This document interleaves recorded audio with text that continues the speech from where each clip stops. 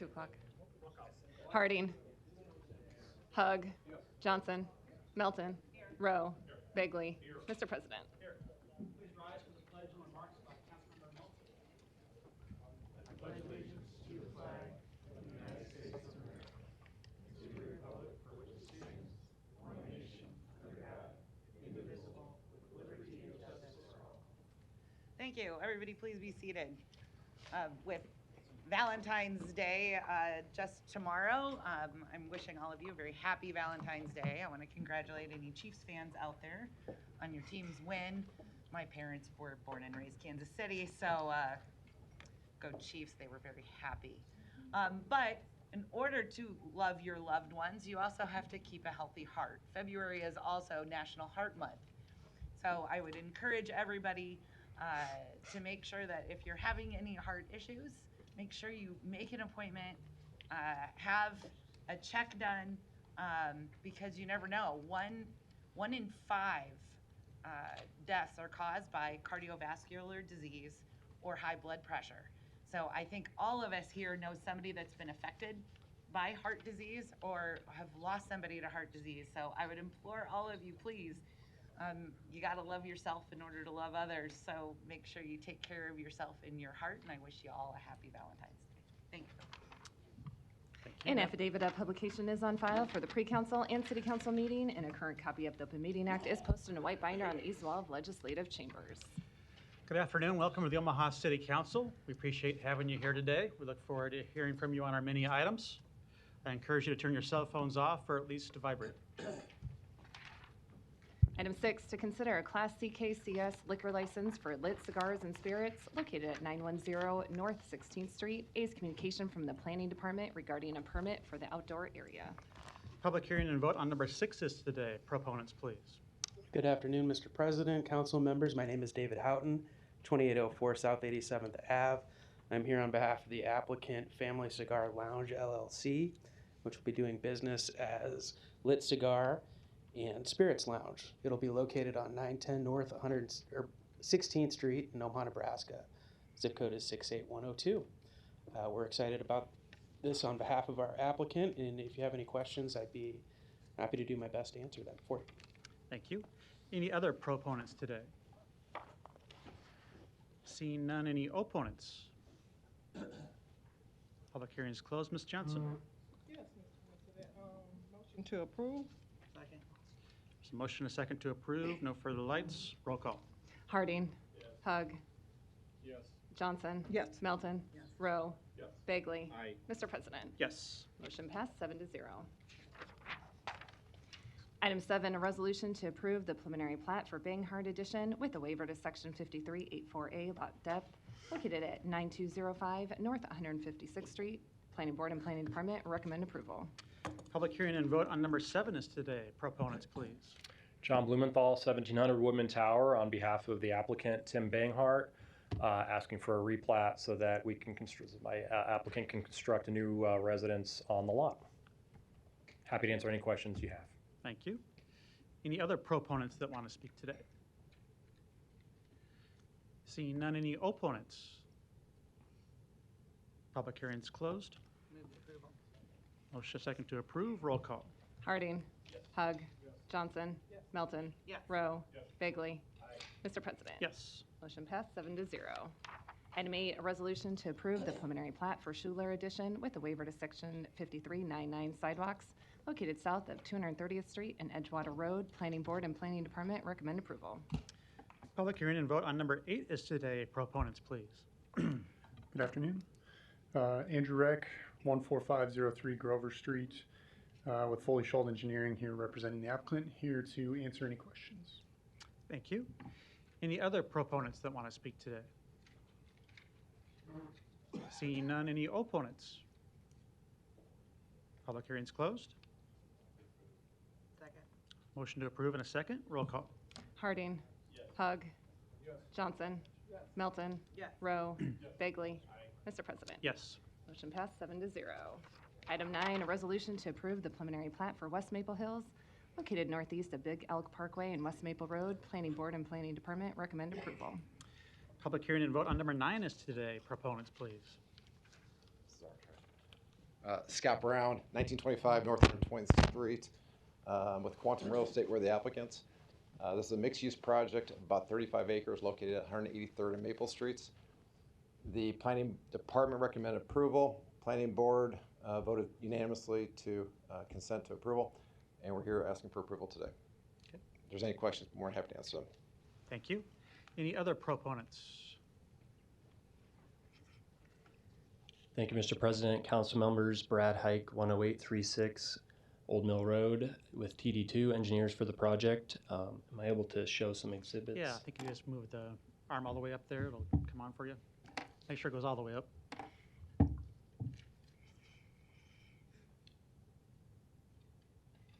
There you go. So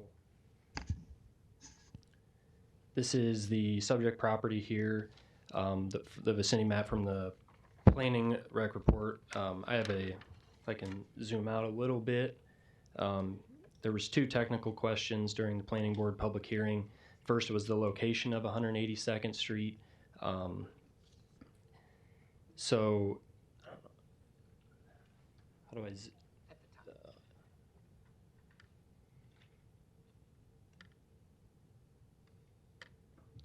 Okay, so this is a little more 30,000 foot view of the project area.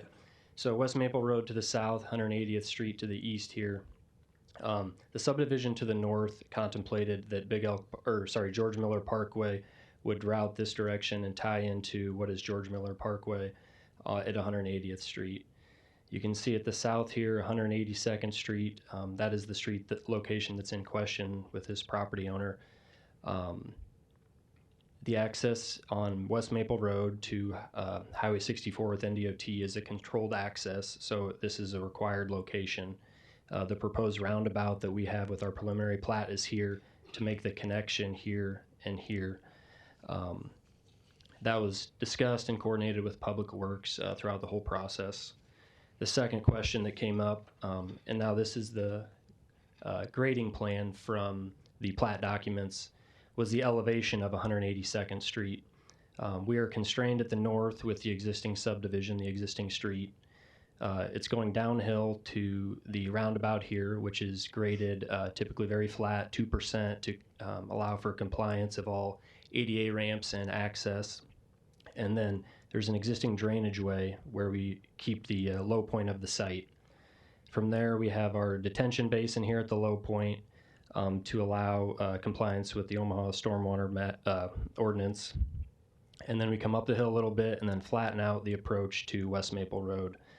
And then one other reason to keep the elevation how we have it is that this gray hatch here is an existing outfall sewer that provides sanitary sewer service to this project, and that allows for the most efficient access to the outfall sewer. So those are the reasons 182nd Street is designed how it is. With that, I would be happy to answer any questions. Okay, thank you. Any other proponents today? Seeing none, any opponents? Public hearing is closed. Second. There's a motion, a second to approve. Roll call. Harding. Hug. Johnson. Melton. Rowe. Bagley. Mr. President. Yes. Motion passed 7-0. Thank you. Item 10, a resolution to approve the revised preliminary plat for Rainwood Park located east of 108th and McKinley Streets. Planning Board and Planning Department recommend approval. Public hearing and vote on number 10 is today. Proponents, please.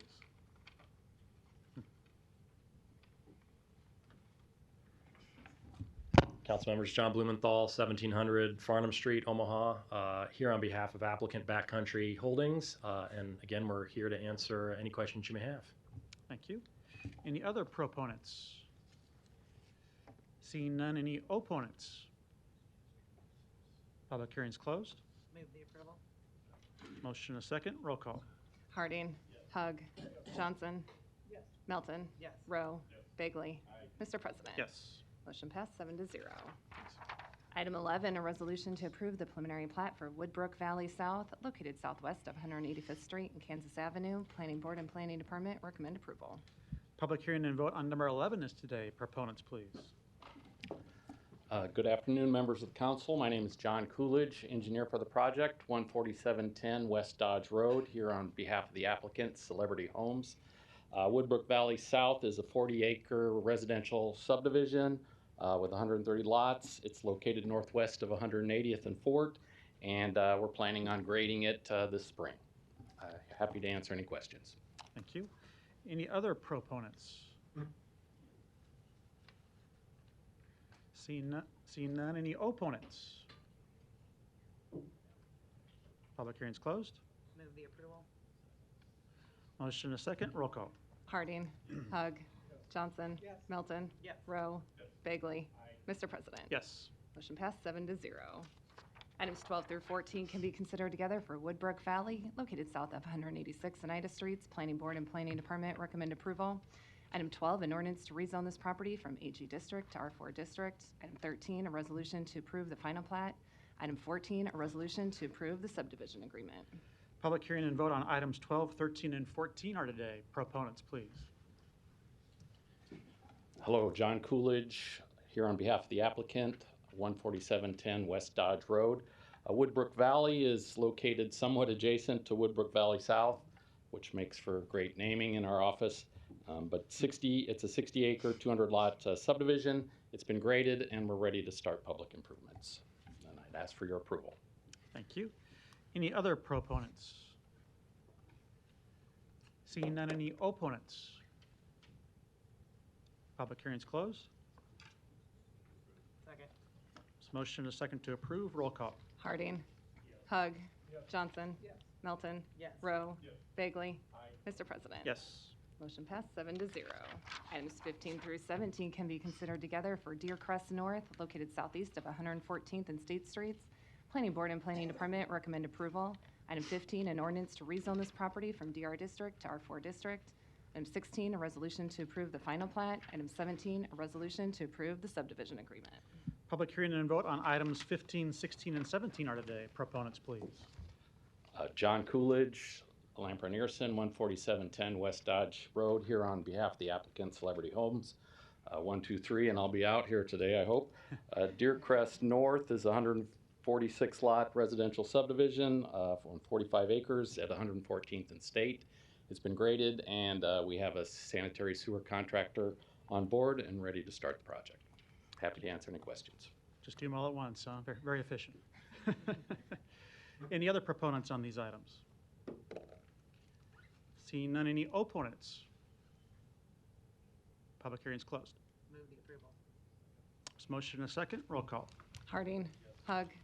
Johnson. Melton. Yes. Rowe. Bagley. Mr. President. Yes. Motion passed 7-0. Items 18 through 21 can be considered together for Avenue 1, Replat 5, located southwest of 192nd Street and West Dodge Road. Planning Board and Planning Department recommend approval. Item 18, an ordinance to rezone this property from DR District and MU District to MU District. Item 19, an ordinance to approve a major amendment to a mixed-use district development agreement. Item 20, a resolution to approve the final plat. Item 21, a resolution to approve the subdivision agreement. Public hearing and vote on items 18 through 21 are today. Proponents, please. Mr. President, members of the council, I appreciate you guys listening to our cases today. My name is DJ Hinman, 16820 Francis Street here in Omaha. Here to answer any questions that you guys might have. Thank you. Thank you. Any other proponents today? Seeing none. Any opponents? Public hearing's closed. Motion and a second to approve. Roll call. Harding. Hug. Johnson. Melton. Yes. Rowe. Bagley. Mr. President. Yes. Motion passed 7-0. Items 22 through 26 can be considered together for Coventry Wood, located northeast of 216th and Harrison Streets. Planning Board and Planning Department recommend approval. Items 22 through 24, ordinances to rezone this property from AG District to DR District, R4 District, and R5 District. Item 25, a resolution to approve the final plat. Item 26, a resolution to approve the subdivision agreement. Public hearing and vote on items 22 through 26 are today. Proponents, please. Thank you, Mr. President. Members of the council, Larry Jobin, 11440 West Center Road, appearing on behalf of the developer and the development. With me today is Caleb Beasley of E&A Consulting, the consulting engineers on this particular project. This is a 174-lot subdivision at 216th and Harrison. We're just here to answer any questions that you might have. Thank you. Any other proponents? Seeing none. Any opponents?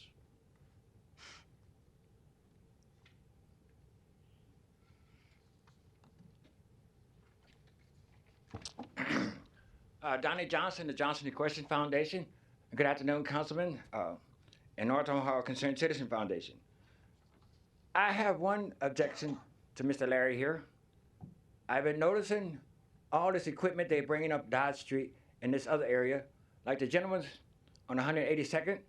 My wife let me come home maybe once a year, so I live in that area, 182nd and Maple, once a year. So who's gonna pay for all that heavy equipment tearing up Dodge Street by that bridge there, that Mr. Begley district?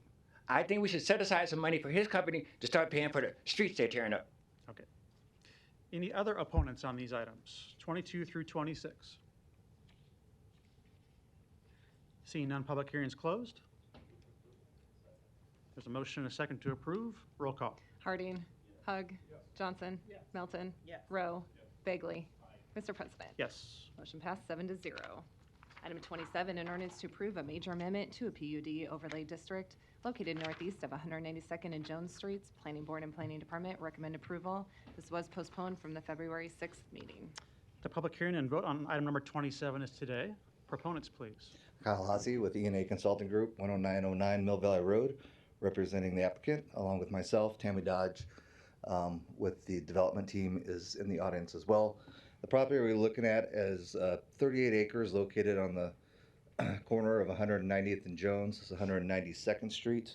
It is currently zoned R6 with a PUD. We are not requesting any change to the plat or the zoning, just making an amendment to the existing PUD. The current PUD includes 272 units of traditional three-story mixed family or mixed multifamily units and some eightplexes. We are proposing to have 135 detached single-family units for rent, a cottage-type units. We also held a neighborhood meeting on October 19th where we had only one person that showed up, but they were very positive in their response to the proposed plan. With that, I'll make myself available for any questions you may have. Thank you. Any other proponents today? Seeing none, any opponents? Public hearing's closed. Second. There's a motion to approve in a second. Roll call. Harding. Hug. Johnson. Melton. Rowe. Bagley. Mr. President. Yes. Thank you. Motion passed 7-0. Item 28, an ordinance to approve a PUR overlay district located at 3204 North 16th Street. Planning Board and Planning Department recommend approval. B's Communications in opposition. Public hearing and vote on number 28 is today. Proponents, please. Good afternoon, Don Curry, Talented 10th Group, 3324 North 16th Street. And I come to you all today to ask for approval of the PUR that has been approved by the board and also the planning department.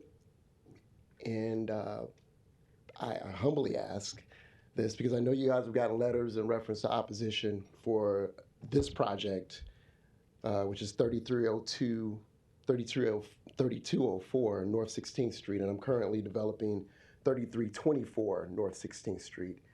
And the primary reason that I'm getting for opposition to these projects are because they don't conform to the neighborhood. And, you know, I just want clarity from the people that are going to be opposed, that have opposed me from really day one for this project as to, this, and this is on the corner of 16th and Pinckney. So this is one block north of 16th and Emmett. So again, this is just for the sake of showing you all what's over there now. That building there, it needs to be condemned. There's a sign on it that says "Keep Out." It's approximately, it's a little bit shorter than currently what I'm building now on 16th and Emmett. But again, I just wanted you all to get perspective as to what I'm up against, because I don't know what more I can say at this point. And you know, I understand the situation that I've encountered with planning and the board in reference to 3324 North 16th Street, which is the development you'll see in a few minutes in this video. So, and then that situation was purely a matter of me kind of being ignorant to exactly what the PUR meant, which is that that's law. I can't change anything without having the approval of the planning department or the board.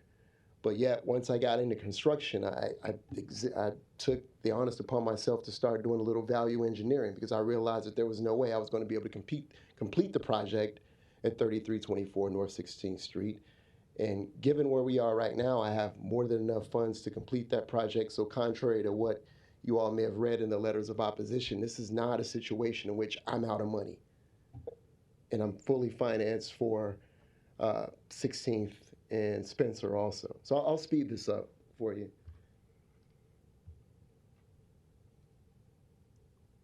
So this is the corner of 16th and Emmett now. And this is currently what we're building on the corner of 16th and Emmett. The project that was approved for 16th and Spencer, 3204 Spencer, pretty much mirrors what we're looking to complete on 16th and Emmett. From the standpoint of the color, we're going with the brick facade as well, and we're wrapping the brick around the sides of the building also. We're also including a 3-car garage on the development on 16th and Spencer at 3204, what I'm standing here in front of you all about now as far as approving. So again, as I told the planning board and I told the planning department, I truly apologize, and it wasn't as if I was thumbing my nose at the rules and regulations, but it was a matter of me just not getting proper guidance from my design team on 16th and Emmett or 3324 Emmett in reference to what I could and could not do after the permit was issued. So here we are now speaking to a separate project, which is 3204 North 16th Street, but everyone that's going to come up here in opposition is truly going to point out to you all that I'm not building what I said I was going to build, which, you know, again, that is currently the situation, but we're working through this issue now with the planning department. And, you know, again, my intent by showing you all this video was just to give you an idea as to what the neighborhood currently looks like, because as I said, I'm baffled with just how much energy is being put into a new construction project in an area that probably hasn't seen any new construction developments. I'm going to go out on a limb and say maybe at least along the 16th Street corridor from Lake going to I'm going to say Emmett Street, probably in the last 10 years. And again, I'm focusing on 16th from Lake to Emmett Street. And this is a new construction project. And I guess what I'm getting at is that if much more energy was put into requiring the current residents, the current owners or landlords of these properties over here to put more upkeep in the exterior of their properties, we'd have a beautiful neighborhood over there. Because a lot of the issues that we have over there now are how these homes look. And these are homes that, you know, some of the opposition are walking out of their front door and seeing every day. But there's an issue with what I'm doing and as far as new construction. And I just don't get it. I really don't. Because it's not as if I'm not a child of that neighborhood. I lived at 1622 Emmett Street. I was the first family that actually moved into scattered site housing when you guys launched those back in, I'm going to say, 83. We moved from Southside Terrace to 1622 Emmett Street. I used to catch the school bus directly across the street from the lot that I'm currently building on in 16th and Emmett. So I'm not coming in here as a developer basically looking to throw up a monstrosity in the community and walk away. I care about that community, which is why I could have went anywhere in the city and said, hey, here's a vacant lot that the Omaha Land Bank has, and developed it. But I chose, and I caught the school bus right there on that corner every day from 16th Street to Burke. So I'm a proponent of the community, and I'm an advocate of the community, and I do believe that what I'm doing, I know what I'm doing, falls within the master plan as far as you all wanting to see more 3 flats, 4 flats, and 5 plexes in the city. And I'll leave it at that. Thank you all for your time. Thank you. Any other proponents that want to speak today on number 28? Also, too, I'm sorry, you all. And this is what. Let me see. So this is this is currently what we're here for right now, on at 3204 North 16th Street. So again, it's this planning approved. This particular site plan. The only difference is that again, that this building's not as long. It's wider than currently what we're working on in 16th and Emmett, and we also included a 3-car garage. And I might also add that This development, as well as the one on 16th and Emmett, they're all electric. There's no gas running to the buildings at all. I figured I'd stay ahead of that curve. As you all know, in cities like New York, and even New York has passed a mandate saying no new construction will have gas running to it as well. So I'm doing my part for the community to reduce our gas footprint, if you would. But yeah, as I said before, I don't get it, because we all know what that neighborhood looks like right now. And you know, for me to be told that what I'm doing is basically diminishing the look and the feel of the community, it hurts. It really does. Thank you. Thank you. Other proponents? Good afternoon. My name is Barbara Ingram. My address is 7517 North 88th Avenue. My company is Rare Bird Innovations. I'm the designer for the project, and I represent the design team, including myself, mechanical and electrical engineers at Prohaska and Associates, other architects at Prohaska and Associates, and Wells Resource, RW Engineering. And so we have quite a team of folks that came together to put the design documents together. And as Don described on the drawings, we have incorporated the revisions required by the planning board, which included adding additional windows to the front elevation and also wrapping the brick 18 feet around each. Of course, it was already on the front, but also on the sides. And there were some other revisions they requested from Civil. We've also picked those up. And actually, the drawings have been submitted for permitting, and it's all pending approval today, of course, from you. I'd like to share just some personal feelings about the project and the design with you. In my opinion, it is a very progressive design. Also, let me tell you a little bit about my background. I'm also born and raised here in Omaha, Nebraska. Grew up right off of 34th and Parker Street. One of 9 children, attended OPS schools, and very proud of being from Omaha, Nebraska. As far as the design, I see it as a very progressive design, and particularly for 16th Street, I think it's going to be important to sort of breathe some new breath into the area, and I'm hoping that this design and others going forward would attract young families, individuals, and even seniors to the area. And so just want to encourage you to approve our request today. Thank you. Thank you. Other proponents today? Morning. Joe Higgins, 1110 East Camden Avenue, Omaha, Nebraska. President of the Levi Carter Sherman Neighborhood Association. Recently, I assisted Don with public engagement. On the 27th, Saturday the 27th, we had an open house at the current project, and we addressed their concerns, and I am helping him with the design on complying with the planning board's requests. And I just want to support this because I think this is good for Omaha. We're looking at incremental, local development and building, infill, and that's what we need in our urban core. And that's part of the master plan. It addresses to affordability. It's good for our tax base. Our neighborhood association supports that. Thank you. Thank you. Other proponents? Lawrence Butler, LT Butler Engineers, 4809 Northwest Radio Highway. I've driven by the project several times as a fellow developer on 16th Street. I love it. I love what this man is doing. Adaptive reuse, infill projects. This is an awesome project. I'm just here to lend my support. Thank you. Other proponents?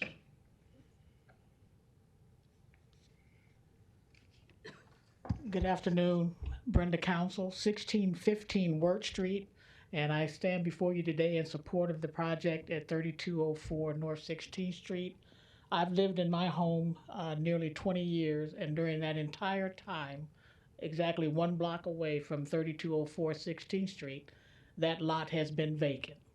It's been vacant, it's been overgrown. The only use that it's been put to in the last 20 years is periodic gardening. This project will provide for quality, affordable housing in an area where we have heard over the last several years of the need for more quality, affordable housing. It also provides an opportunity for a young entrepreneur from that community to begin to develop the capacity to build projects throughout the city of Omaha. We've had projects at 75 North, we've had projects at the Spencer Street Homes, and there's been a hue and cry from the community to see more BIPOC, that is Black and Indigenous people, engaged in the construction of those developments. Mr. Curry and his team are moving in that direction. They're building the capacity for us to see more developments being undertaken and completed by individuals who live and come from that community. I'd like to see the project move forward. If you look along 16th Street, there are several multi-family units that exist there now. I'm sure that Mr. Curry will comply with all of the planning department's rules and regulations. I spoke to him after the issue on 16th and Emmett and the need for him to make sure that he was doing the things that he needed to do to make these projects go forward. But I would like to see this development move forward, that land placed into a use that satisfies a need in our community. I'd like to see more development along North 16th Street to meet those needs. Would the ideal be to see more single-family residents? Yes, but here's a piece of property that has sat vacant for 2 decades without any development. So I would urge the City Council to approve the building permit for 3204 North 16th. Thank you. Any other proponents today? Seeing none, any opponents? Please come down.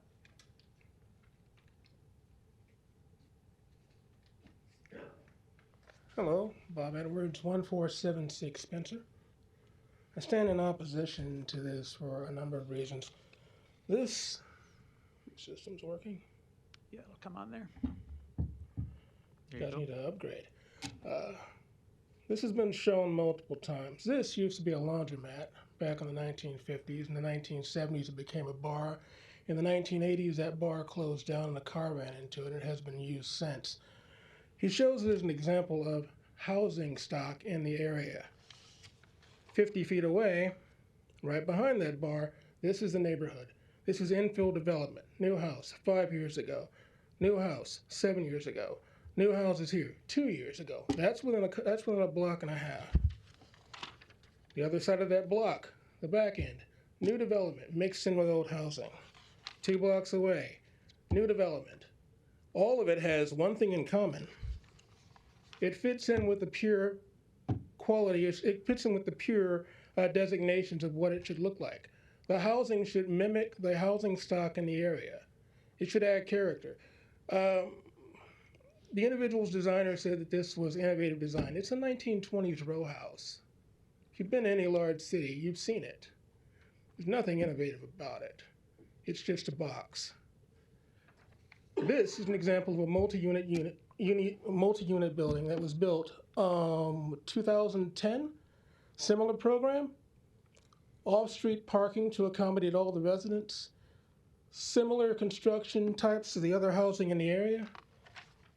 2015, new development off Locust. Multi-unit family housing. Similar style, similar roof line. And again,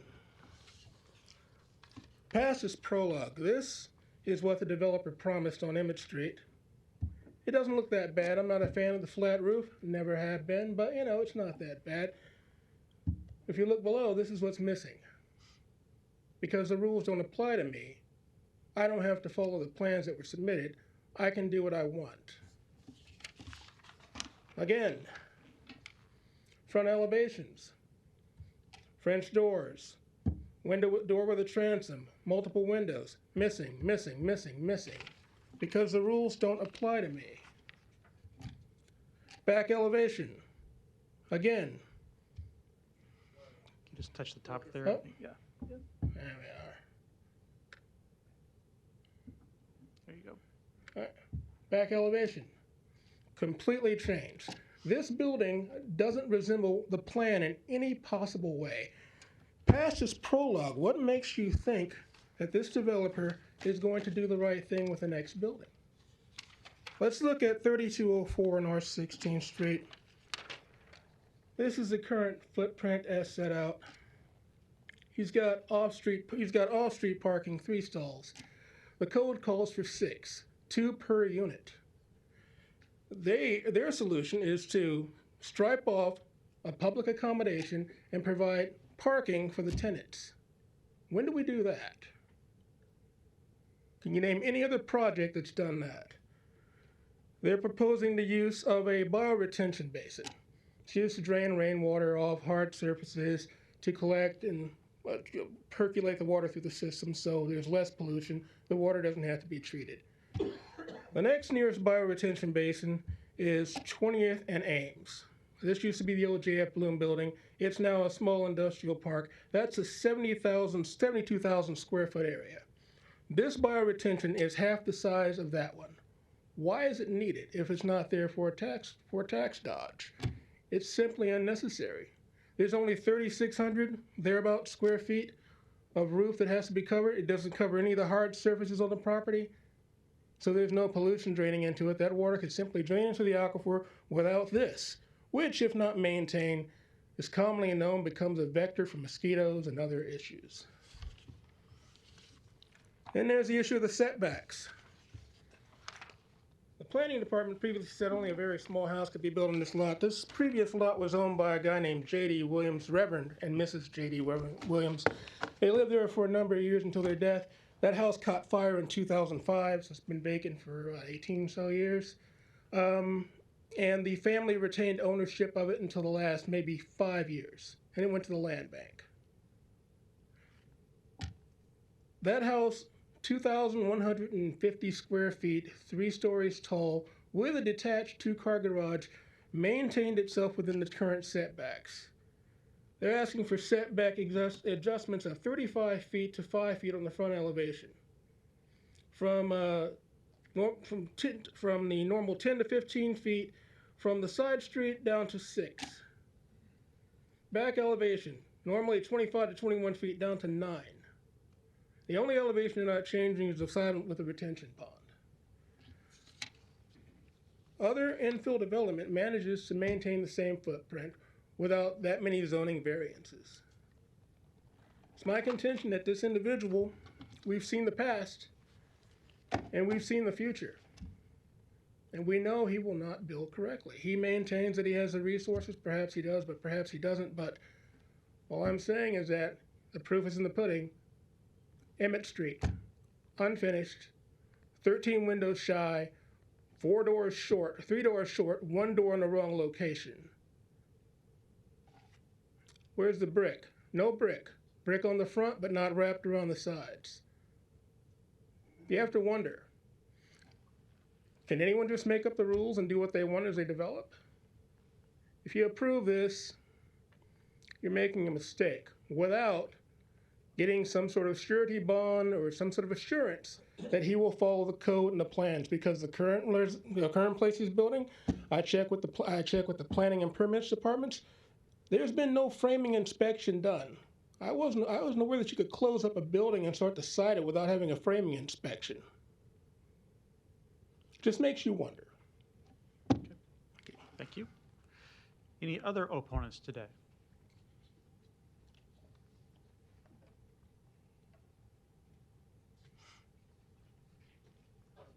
Good afternoon. My name is Dorothy Fant. I live at 3207 North 16th Street across on the proposed site.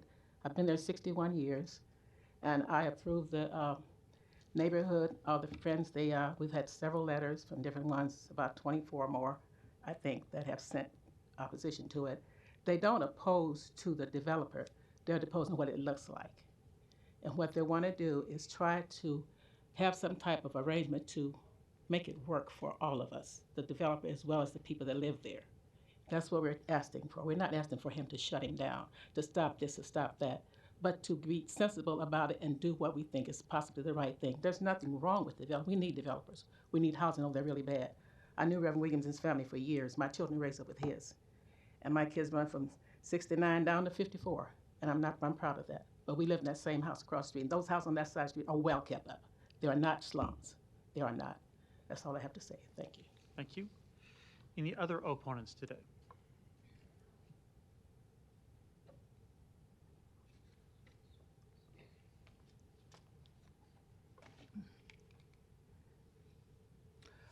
Cheryl Weston, 1822 Emmett Street. And I'm here today in opposition. And as I've said before, we're not in opposition of Mr. Curry being a developer. We're in opposition of what's being built. Yes, you have probably all heard about the fiasco at 3204 or 32 whatever. It's on the corner of 16th and Emmett. As he said,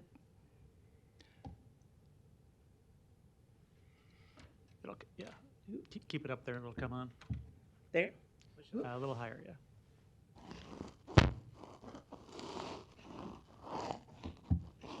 There you go. There we go. Sorry. And you can adjust on the top if you want to focus out. There. As he said, that is the one that was denied by Planning Board last week. And there has been discussion with Mr. Curry about that, and the changes are being made. However, has he received the approval from them, or is he just going ahead and making those changes? That, let me get it. I understood, and I've talked to Mr. Curry after last week, and I can understand that perhaps on that prior drawing that the French doors and the balcony, there was not, it's more for look. I can accept that, but there's nothing to say that the French doors couldn't stay or that. There's none of that that we see that's going to be in this new one, because the new one is pretty similar just to this one.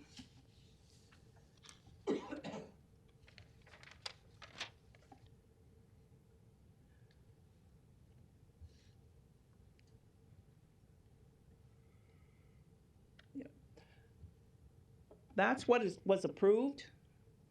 That's what was approved before. The Planning Board approved something that is very, very similar to what he proposed to do at 16th and Emmett Street, but he didn't do that. Now he's in a situation where he's got to correct that. The gentleman that was here before, Mr. Butler, he's going to be building something similar to that about 5 blocks south of where Mr. Curry's at. That looks like the neighborhood. What Mr. Curry is attempting to build is not, and that's what your PUR should be. As the young man said, this building was here? Yeah, we know it. His video, he wants to say, well, this is what it looks like. And it's taking that attitude is, it's better than what you have. This is what you should want, because I'm young and I'm coming in here. I didn't appreciate that. Yes, we know what 16th Street looks like, but 16th Street is changing. And changing not to look like a big box. That's not it. I came here today originally to support Mr. Curry into the manner that I was asking for you to lay this over until he could rectify the one that he's already started. But after that presentation, Mr. Curry, I feel like it should be denied until you have rectified what's happening on 16th Street, and there is a definition defined that you will be doing exactly what you said and not what you have put before someone and they approved it. The main thing that people are saying, the neighbors are saying, because many of them are older and couldn't come down here, but there were 25 letters sent. They sent those to the Planning Board. I don't know if they got over to City Council or not.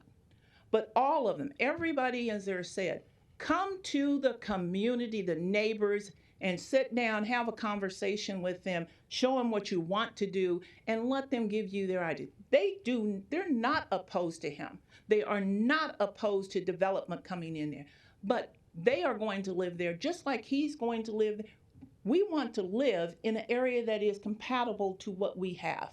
And we know, we're intelligent enough to know that things change. Not opposed to that. It's just saying, why don't you get involved with the neighbors?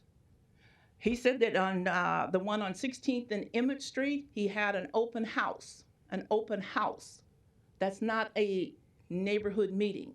The open house was advertised by a sign. If you didn't go down 16th Street, you wouldn't have seen that sign. I live a block and a half, but I use Florence Boulevard, and I seldom go down 16th Street unless I'm going to the airport. So I never saw that sign. The other notice was put on Facebook. Everybody doesn't use Facebook. I'm not a Facebooker. And I'm quite sure that I can speak for quite a few of those neighbors in my neighborhood. They're not Facebookers, so they didn't see it.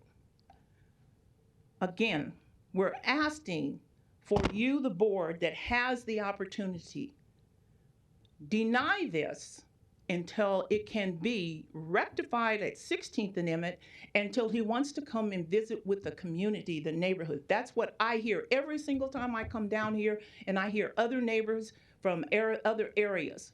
Those communities come down, the neighborhood association. And Mr. Bagley, you're one of the bigger ones that always says, have you talked to the neighbors? So I'm going to say, practice what you preach. Talk to the community, but they are not, and I speak for myself too, not opposed to the developer. We're not.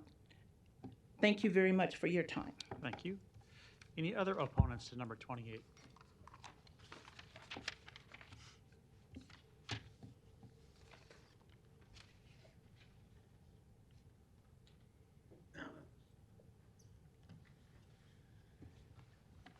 Larry Storr, 5015 Lafayette Avenue, Omaha 68132. I spent a few hours last night going through the documents on this in case you're interested. I'm opposed to it for a number of reasons. I think they do deserve more on North 16th Street and Spencer Homes area. I've lived here since 1971, and I know a lot of the news stories about that area and areas that are getting work and areas that aren't. But I'd also like to keep this type of thing out of my neighborhood, which is the Dundee area. Because once it gets here for one public hearing, it's out of our hands. You can come back to next week with an amendment that changes everything. And even the documents that I read last night on this, it's kind of like a bait and switch. It can change at any time, but we only get one crack at it, and that would be like today, to oppose it. We can't stop it because it's already decided. How many meetings has there been on this which citizens cannot attend? But it's already decided, cut and dried. You may put a hold on it for right now today, but you'll come back next week with an amendment, and we don't have a chance to speak about it. Now, I don't know what's going on. I do want to commend you for allowing more than 3 minutes of conversation with your citizens. There are no other political bodies in this state that are allowing that anymore. The Douglas County Board took it away January 23rd. The state legislature's trying to take it away. The City Council of Fremont's trying to take it away or limit it to 3 minutes. Why all of a sudden are we getting more than 3 minutes conversation time? But it's not really conversation, is it? The only way we get conversation is by challenging you, and then you might open it up for explanation of your positions on things. But you don't really have to call us back for a conversation, only if you want to. Those are intents of the Open Meeting Act that you violate in these Larry, chambers every You week. gotta stay on topic to the development. Yeah, please. interrupt me, Pete, like you usually do. Everybody gets to have their say, but you like When to you're on interrupt topic, me, you don't get you? interrupted. When you're off topic. I think that's probably against my First Amendment rights. Thank you, sir. That's incorrect. Next opponent. Luis Jimenez, 2709 Dewey Avenue. I just want to relay some thoughts on this item. I spoke with Ben Gray about his district, and one of the things that he said about development is that he didn't know any developers that wanted to come in. So I understand this is conflicting. There's construction in the streets and then in the properties, development happening north downtown. I had a terrible accident going in during the winter one time, going through there on my bike. So I know that this place is being developed. However, I think that you have, like they were saying, you have an opportunity to decide how this is going to go forward. One thing that I don't understand is the density issue. Like if you want to provide density in this development, you're doing that in north downtown. How far are you going to go with density northward when you go into the district, Juanita's district? And it's also conflicting because you don't have area to develop. You don't have like open range like you would in Mr. Hugg's district. Here, it's what I say, it's landlocked. So every spot is precious to the community because the development isn't like you have options for it. And here you saw that they had this plot of land, and so they just built a box in there. And then my personal thought on the design is that they should have some engagement interaction with the exterior. There was a spot where there was one level, they didn't have a second level. That'd be a nice platform for a balcony for families to step out, maybe have some grilling. But just to put up a box anywhere is easy to do. And in District 2, the land has already been developed through history and so forth. Anyway, thanks for your time. Thank you. Other opponents? Donnie Johnson, the Johnson Equestrian Foundation, and North Omaha Concerned Citizen Foundation. As I mentioned before, my wife let me come home every now and then on 182nd and Maple. I like the area. I don't think it's a good idea to destroy this young man's dream. He's doing a wonderful job. I think the two sides should come together and continue to let this young man become a Mr. New Peter Hewitt. Thank you. Any other opponents to number 28? Seeing none, the public hearing is closed. Ms. Johnson, you're recognized. First, Mr. President, I would like to recognize that this, what's before us is in District 2. And so that I would ask that also before we make a motion, that comes from me since I am the representative and was elected to do so. Mr. Carey, if you could come up.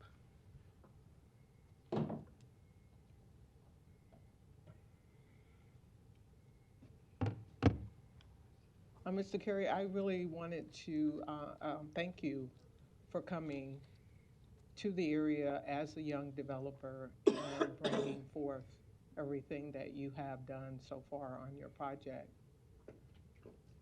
There was opponent, Mr. Butler, also mentioned that that building had been sitting for about 60 years, if I'm not mistaken, regarding it being empty.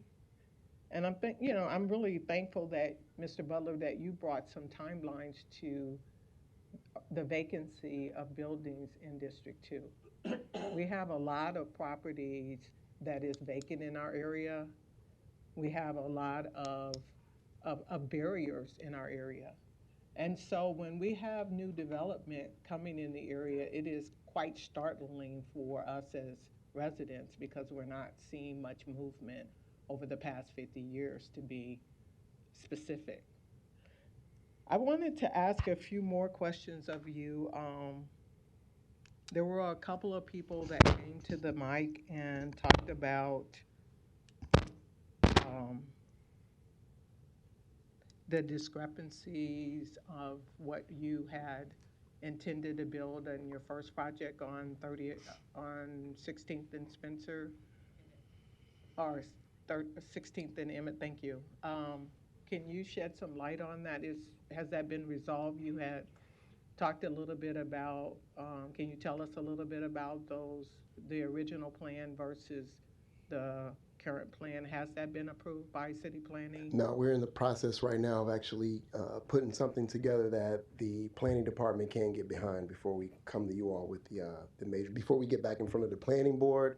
And also, obviously, we can't get in front of you all to vote that up until, the board votes it up. So right now, I've been presented with 3 options via planning. One would be to actually come in here today and obviously say, hey, would you all vote up 32, 33, 24 North 16th Street, which obviously I'm not doing that. And the second option is to resubmit for a major amendment via PUR, and that's what we're planning to do. And as was mentioned earlier, a lot of the changes were made just based on me not being able to afford, just looking at my pool of money after I got bids back from the job, and looking at several errors that were made when it came to the build out of the building. One of them that was caught was that there was commercial electrical inside of the building. There was commercial plumbing also. So luckily, I bidded those jobs out to individual plumbers and electricians, and they kind of pulled my coat to say, hey, Don, are you sure you want commercial in this residential building? And I said, no, can I get another bid? And, from there, I did some value engineering.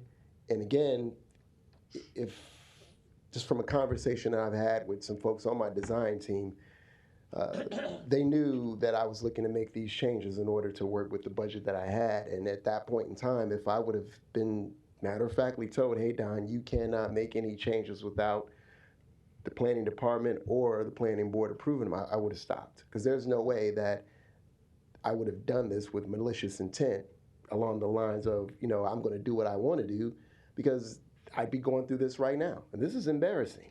This is embarrassing for me.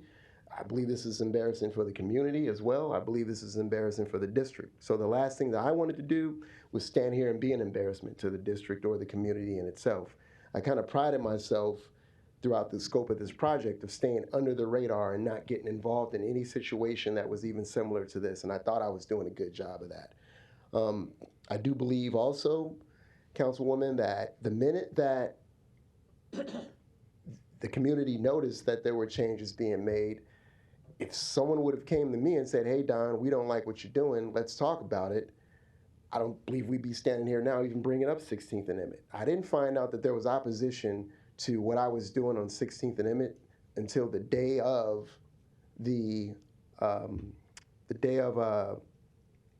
my planning board vote for 3204 North 16th Street.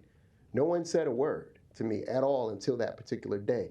So, that kind of struck me, because again, I'm like, hey, I'm here. I'm over here every day. Someone could have came to me and said, we don't like what you're doing, and stopped me, instead of, we could have had a conversation instead of getting in front of these bodies and having this conversation about North Omaha. So you mentioned that you had been working with the city, more specifically the planning board. Did they advise you to reach out to the neighborhood or to the community to get input? Yes. So that engagement, when you pieced that together, you mentioned that no one had said anything to you. So when you were reaching out, no one said anything to you about what they were feeling about the project? Well, how we went about it was that one, Facebook was a means of marketing it. We had the signs on 16th Street and one on Emmett. And then we actually did some calls too. We placed a call to the president of I want to say it was like the 16th Street Neighborhoods Association or something of that sort. And we were matter-of-factly told that we're not coming. We want them to tear it down. So, that was that. If I can go back for a second too, in reference to the damage that was thrown out to 3204 North 16th Street. The gentleman mentioned a biohazard retention pond in which I was gaming to get tax credits for. That's not true. We were astute enough, as far as the design team, to realize that we did not need a retention pond. The only reason that we even thought that we needed a retention pond was because for 3324 North 16th Street, it was built into the design of that one, but come to find out we didn't need it there. So there's no biohazard mosquito breeding retention pond being placed on any of my developments at all. So you mentioned that you reached out to a neighborhood association. Was the young lady named Kathy Harris? Yes, that's what I didn't speak with her personally, but my co-partner, Mr. Higgins, actually spoke with her. And he was matter-of-factly told that he shouldn't be calling her. He didn't have the right to. And it was none of his business. And that we want him to tear it down. We will not be attending this meeting. Because we thought that by reaching out to her, that would be a full force way of us getting it out, spreading a broader net out into the community. And that didn't work in our favor. But there were 17 people that showed up. There were 3 people that were initially in opposition of the project, but once they took a tour and got to see the scale of each individual unit, one individual said that, she'd consider moving in one of them. And then also, too, I'd like to add that we're nowhere near done with the exterior of the project. We're still under construction.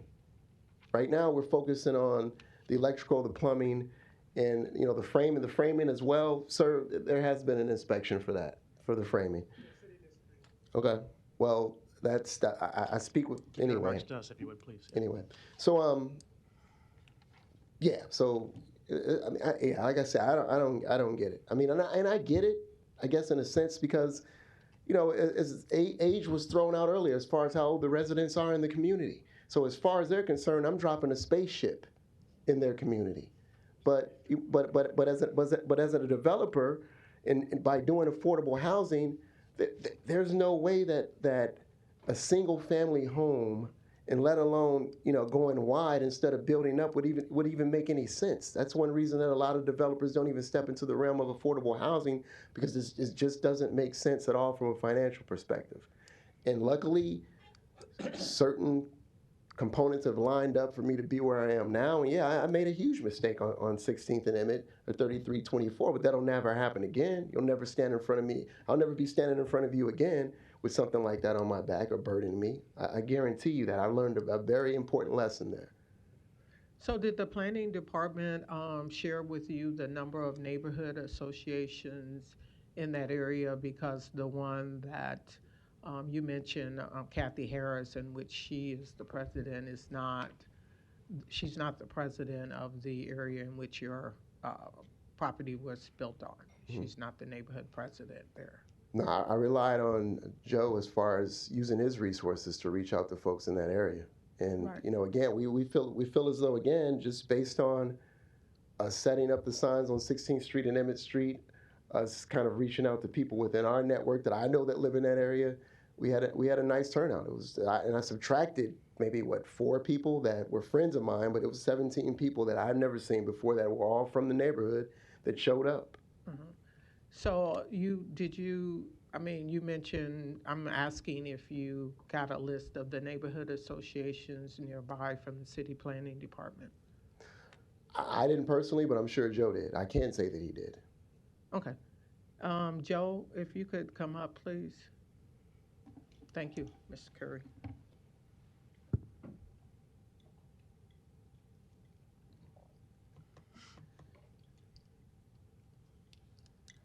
Yes. All right, Joe, can you answer the question regarding who you contacted in that neighborhood in which the property is built that was a part of that neighborhood association? Because Ms. Harris was not a part of that neighborhood association. She's a part of another neighborhood association. I tried to reach the other neighborhood association, and I didn't.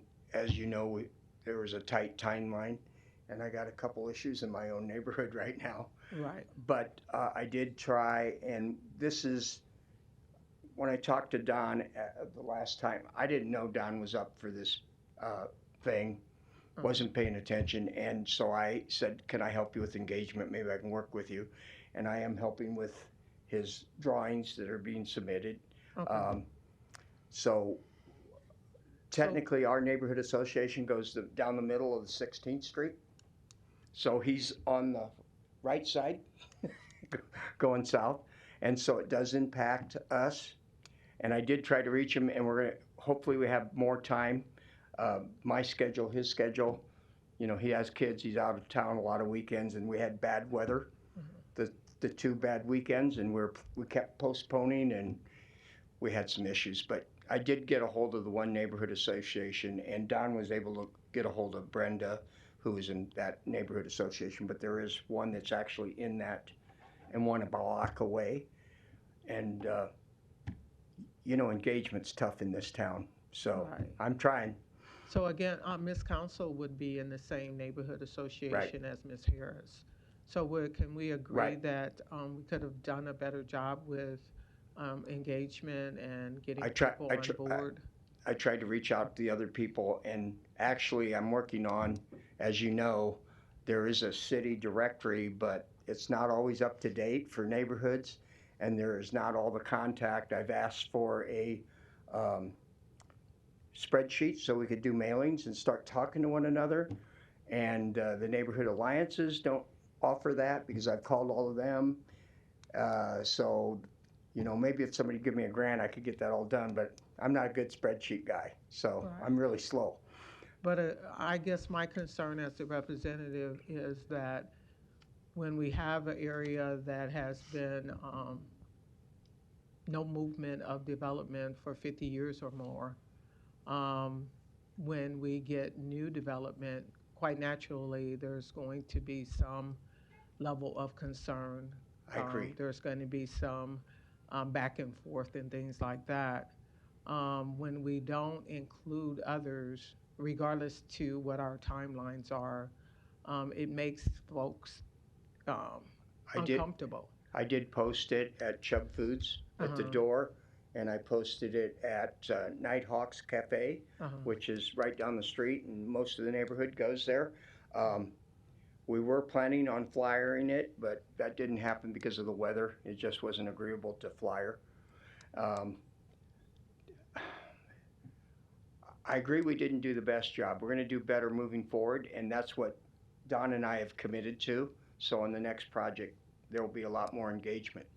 And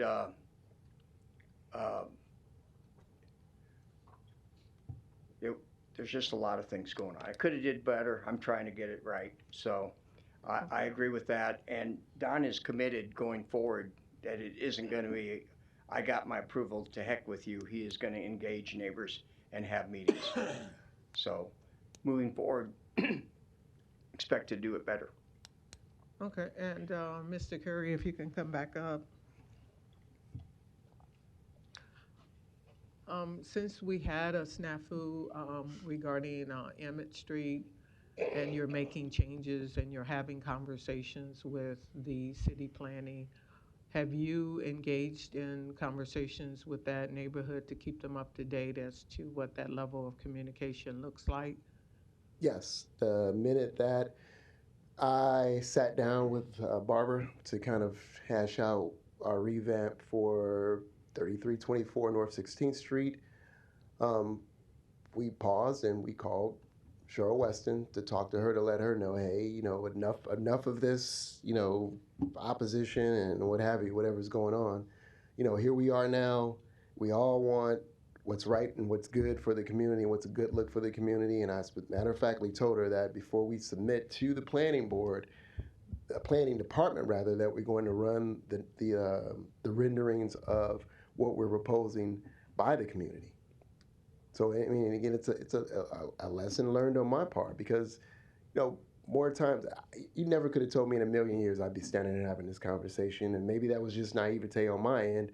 You never could have told me in a million years that the community would be, you know, in arms against what I'm doing. I mean, and I left Omaha in '88 and went back to my birth town, Chicago, and got there in 1995. Got back to Omaha in 2016. So I've spent 21 years in a major metropolitan city, in a neighborhood that was similar to North Omaha. It's called Bronzeville, the Chicago's version of Harlem. I've seen what's coming to North Omaha. It may not happen 10 years from now, 15, but it's coming. And as someone said earlier, you can't stop it. And to me, the solution for it is to be a part of it, to not kind of, go against what's happening. But it's coming. I mean, I had several people, and you were there, Councilwoman, at the open house. I had several people there that were complaining about their property taxes going up in North Omaha, in that area. One lady said her taxes went up to, basically she's paying like $5,500 a month, and she's on a fixed income. So that was her concern. A year. I'm sorry. So she's paying $5,500 a year, and her concern was whether or not my development was going to drive up, her property taxes. So I get where they're coming from, but at the same time, as I said, one of the main solutions is to actually be a part of the development, and kind of go from there, which is all I'm trying to do, for sure. So Ms. Weston had mentioned, and other opponents have mentioned that they're really excited about you doing the development in the area, and their desire is not to stop you from doing that. Their desire is for them to get with you and kind of talk about what their vision is, and so that they can feel included in that process. There was some conversation about elevation. Can you talk about that as well? Yeah, so again, as the gentleman said earlier, I'm not creating anything that's not been done in any major city. And again, I mentioned Chicago. I own several of these type of properties in Chicago, and they're blended in with single-story homes with a basement, to where it's just a good hodgepodge of several structures throughout the entire city of Chicago. 3 flats, 4 flats, 6 flats is what we call them. So again, nationwide, we all know that there's an affordable housing crisis, and we're not creating any more land at all. So I was just of the thought that, here you go, I'll come into the community and basically be able to provide 20, 15 some odd affordable housing units. These are not small units. These are 3 beds, 2 baths, and that's again on 3324 North 16th Street, 3204 North 16th Street as well. It's 1,200 square foot units. These are practically the size of condos. Right. So as far as the elevation goes, again on 3324 North 16th Street, I was not as intimately involved in the design of that property as I should have been. And again, that was a rookie mistake, because the accents that were added to that building, from the standpoint of the French doors with the balconies we had, the type of stone that was basically set on the windows was just very expensive. And I was told by someone in planning that I should have known better, and also too, I should have, the architect should have known better, especially if this was affordable housing. There was some very expensive accents added to that property, from hardy board siding to you name it. And again, once we got into, quote unquote, the battle of me making sure that I would have enough money to finish the project. So the changes that I made were not made once we started. I started subtracting things prior to even getting started, just to make sure that I had enough money to finish the project. And if I would have known that what I was doing was completely out of line, I would have stopped, and we wouldn't be standing here today even bringing up Emmett Street at all. And I get where the community's coming from, because again, as far as they look at it, I should build out instead of up, or there should be single family homes. But it just doesn't make sense financially to want to do that. I'm not Habitat for Humanity. I have to basically be able to build a portfolio of these affordable housing units in order to keep going and progress in what my vision is for that corridor. So it's not a matter of these 2 projects that I'm looking to complete. I also have 16th and Work. I also have 2 lots on 16th and Burdette. So I'm looking at basically, maybe a good 30 some odd units in that corridor. So I'm used to finishing what I start, and I'm going to finish what I've started here. Because again, this is embarrassing. I'm not trying to stand in front of you all and have people demean my character and say that I'm not going to do what I said I'm going to do. That's a tough one right there, for sure. So the community that has come before us, that is in opposition, again, they've said that they are very appreciative of you, a new developer, to come into the area and do the work. their concern is that in doing the work, some characteristics in the community are a concern of theirs. They're concerned that because of some missteps that happened on your project there at Emmett Street, they're just concerned about you pushing ahead and how that will, if the missteps will continue, or B, that they want to have a conversation with you to kind of go through all of that. What are your thoughts about that, how they feel about those things? Well, right now, I should have said this earlier before I even said a word. I thanked them at the planning board meeting in reference to when we had to come back in front of the board in reference to 3324 North 16th Street. I said thank you, because if this issue never would have came up, I would have proceeded as I was doing. In that building, just from the pictures that you saw and you see now, we're nowhere near done with what we haven't even added anything to the exterior of the building. So, just to think that, I was not going to put up a front porch or just throw up a black box. Again, it was just kind of like a blow to me personally, because I believe I have good taste and a good eye for certain things, especially when it comes to beautiful looking things. So, when it comes to that, that's a tough situation, because everyone has shown you exactly what they want me to build. And as a developer, and I'll be very frank with you, as a developer, my name's the one that's on the line for the money. No one else. So if there's a situation that's set up to where you want to have community feedback and you want to let them know that, hey, I'm not just coming into the community to develop something that's not going to be pleasing visually to you all. It may not be what you're used to, but this is going to be something that will have people driving down 16th Street pointing at these developments saying, wow, this is something that, is a good look. And maybe we will want something similar to this in our community, because it's coming. It's in the master plan. And I'm only doing 3 units. They're going to be guys that eventually are going to figure it out and say, you know what, we want to go up 4, we want to go up 5. Or they're going to start doing 6plexes, which is the 3 units side by side with one common door. And if it's in the master plan, someone's seen it here and said that this is a good look for the city of Omaha as well. So I'm open to feedback. I've even said that, where we are right now, and this is what Joe was hinting to earlier, if 16th and Wirt, Barbara and I are planning that now. So I've already come to the decision that I'm not going up 3 stories at all. This will be 2 flats. But the goal for us with that one is to, again, sit down with the community before we submit anything to the planning department, just to get their sign off on it. I didn't do that with 16th and Emmett.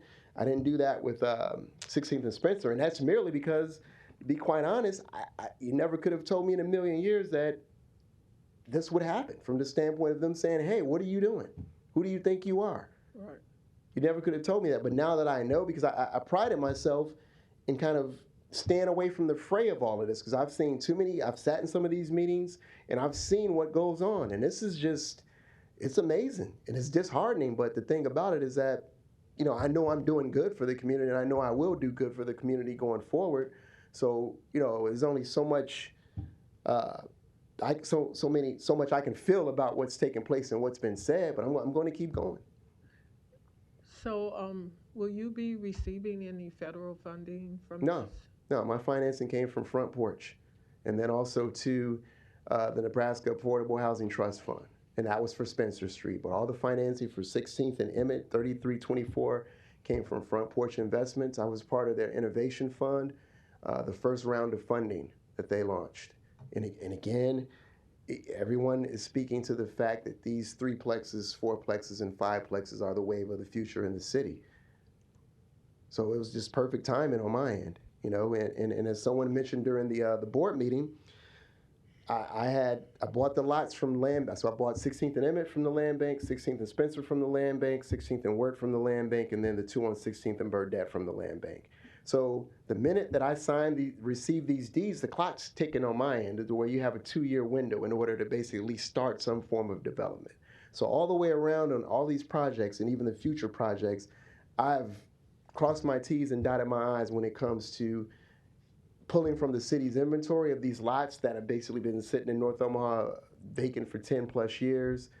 And, you know, I'm chugging along thinking I'm doing the right thing, and here we are. But as far as to answer your question, the next project will be 16th in Wirt, and I most definitely will sit down and talk to the community in reference to what our plans are for that. It will not be a 3-plex, it'll be a 2-plex, and we're looking to try to at least get 12 units over there. So I hear them, but you know, here we are now. Yeah, I guess I'm a little bit concerned about neighborhood engagement because that's really key and essential, especially for areas such as this, where we have poverty, we have income levels average being $20,000 a year. We have those kinds of things that's happening in that community. Not to mention, again, the fact that there has not been any development in that area for 50 years. So it's going to take some rallying. It will take some community effort. It will take some town hall discussions. It will take some communications for us to really embrace change from a huge deficit or a huge increase from what the normal properties are there. When we look at Mr. Butler bringing up pictures of what the current housing stock is versus yours, we have to take into consideration what those neighbors are thinking as well. And again, it's not about the what you're doing, because that's incredible. It's about the how. And we have the neighborhood here that is just simply asking you to slow down, take a moment and engage them and get them a part of it. That's what they're asking. I completely understand that. And so I guess I'm asking, as your city council rep, if you would consider delaying this so that we can take those measures, take those steps, so that we can have them and have their opinions at least considered. I'm not saying that they weren't considered, but at least have that conversation with them. I think that would be much smoother. I know that there has been some discussions that you can do other things, but that's not going to bring cohesion in our community, especially when outside forces on a continual basis provide us or get us caught up into this notion of divide and conquer. We're not in our community for many, many years. We've been fighting amongst ourselves with this divide and conquer because the system many times creates barriers for us so that we are in this mode of fight. So, I mean, your opinion is important. Their opinion is important as well. But as a community, we should strive to work together so that we can create goals that everyone is trying to be happy about at the end of the day. And I just don't want to see you as a new developer go into this and have all of these negative feedback coming to you from the community. I think your business relationships would be that much stronger and that much better in your community when you include them and at least try to understand where they're coming from. And from what I've heard today, they're really passionate about you doing the work. They're just asking for a delay to engage them so that they can have voice their concerns and maybe even call to your attention some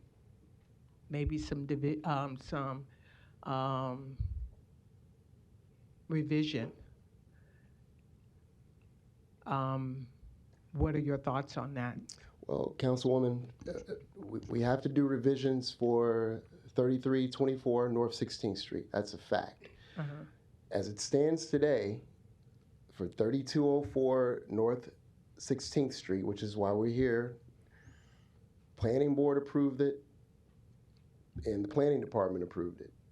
We submitted the blueprints, and the blueprints came back with minimal accounts of the construction plans, came back with minimal comments, and they're on a hold contingent upon the outcome of this meeting right now.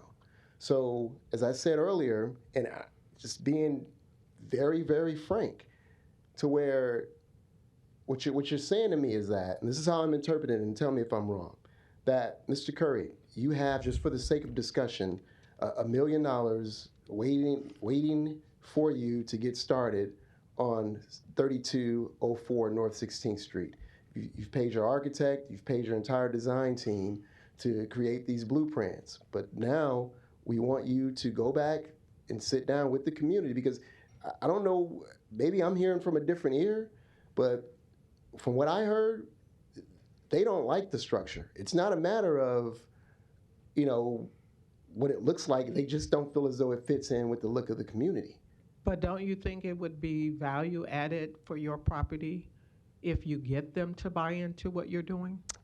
Yeah, I do. I mean, so if a delay of 2 weeks, would that, would that I guess what I'm getting at is, again, it's not a delay of 2 weeks. But what you're saying is that the only way that I'm going to be able to move forward and move in unison with the opposition is if, as you say, you did say this, right, for me to make changes. And this, we're talking about 3204 North 16th Street, correct? Not Emmett Street. I can't go back and basically pay Barbara and the other engineers a couple of grand because we need to move around a few things that the community doesn't like, when the planning board and also the planning department has said, hey, just do what you said you're going to do, buddy, and we're fine. If not, I mean, if I was to do again what I did on Emmett Street, it's safe to say that I probably should not apply to build anything else in this city. And I know that, and I feel that. So notice what I said earlier. 16th and Spencer, Emmett is where it is right now. 16th and Spencer is where it is right now. And I have 2 lots on 16th and Wirt, which are next up. So if I'm saying that, yes, I am willing to sit down and share with them what we plan on building on these particular 2 lots. And as I said, we're not going 3 stories. We're looking at doing 2 stories, no basement, but we're going to try to at least get 12 units over there, a couple of 1 bedrooms and a couple of 2 bedrooms. I have no problem sitting down with them. And then, I guess to even digress a way back, now that I look at it, think about it rather, again, we would have prevented all of this if some folks would have basically just kind of came to me in the community and said, hey man, we don't like what you're doing. Let's not get in front of the planning board. Let's not get in front of city council and go back and forth about what's going on. We want to talk to you right now. Right now. It's beyond that right now, because again, they're adamant. I mean, you're making up stuff, biohazard pools and mosquito breeding grounds, and So again, I am most definitely for the 3rd project. I am most definitely all for sitting down and talking to them before we even submit anything to the planning department about what we're going to do to get their feedback. Because again, what you're telling me is that my name is the one that's on these checks, right? These loans, I have to pay these back. So I'll meet with everyone, but at the same time, I'm on the hook for it. I'm on the hook for it. So it has to be a situation in which I'm comfortable enough that, 5 or 10 years from now, by me taking some of the community's feedback, that these projects are actually able still to stand on their own. Because again, it's my name up here. No one sitting here is looking at any of the individuals that spoke in opposition. You guys know Don Curry, and you know the Talented 10th Group, and you know that we've been standing in here for probably about going on an hour and a half, going back and forth over new development, new construction in North Omaha. New. And it's not a matter of me saying, I think I'm better than anyone, or I'm going to do what I want. That's not it. I really do believe that I'm adding value to this community. I live there, for sure. I believe that I am. I believe that I'm adding something to North Omaha that will do a good thing. So this is not a matter of any type of arrogance or whatever others may think of me. This is nowhere near that. Nowhere near that. I could have went back up to Chicago and did the same thing. I could have went, in the 40s or the 60s. The land bank had lots everywhere. Okay, thank you, Mr. Carey. Ms. Weston, if you could come up, please.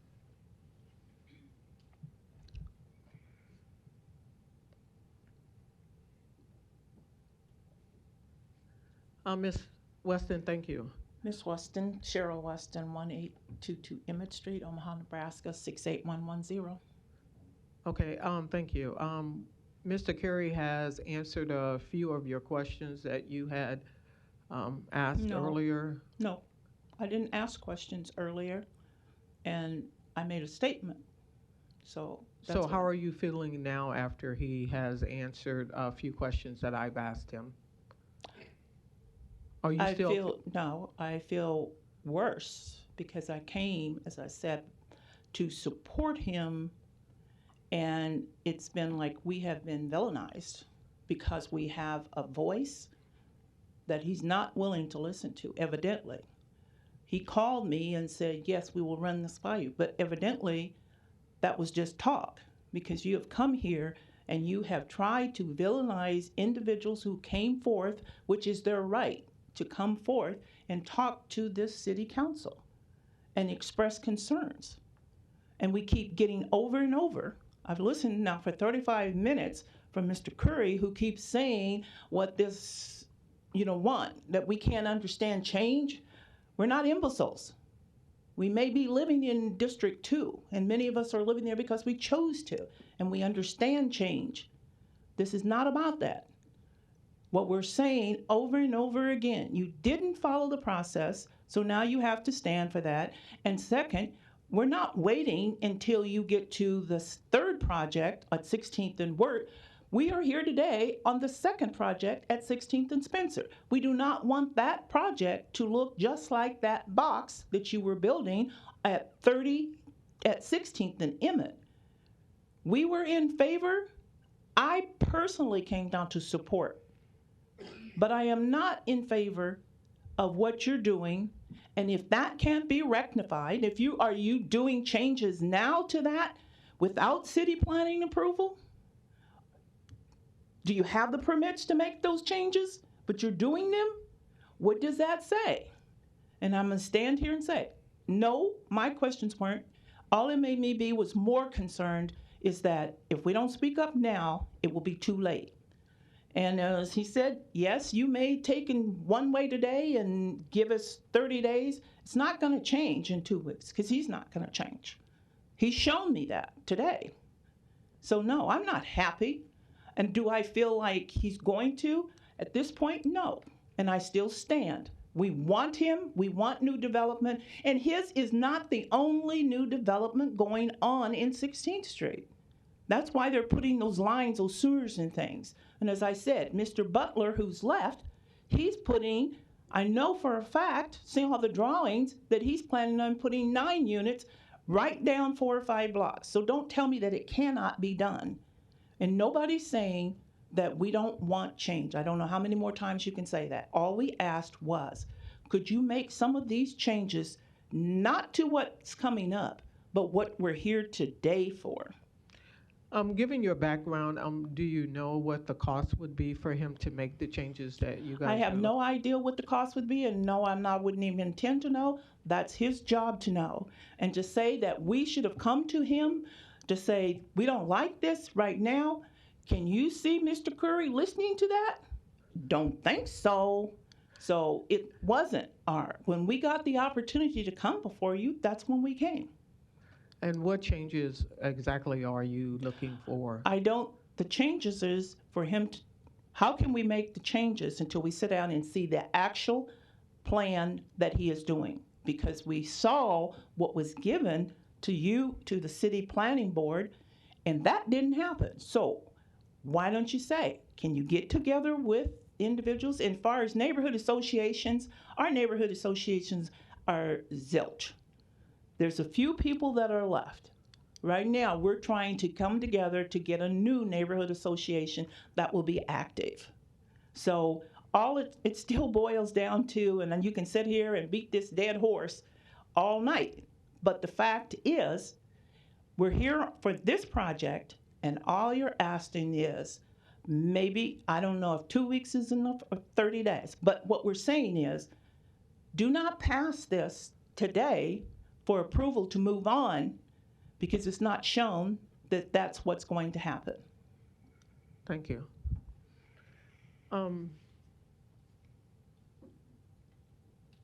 Ms. Lawrence, is that your name?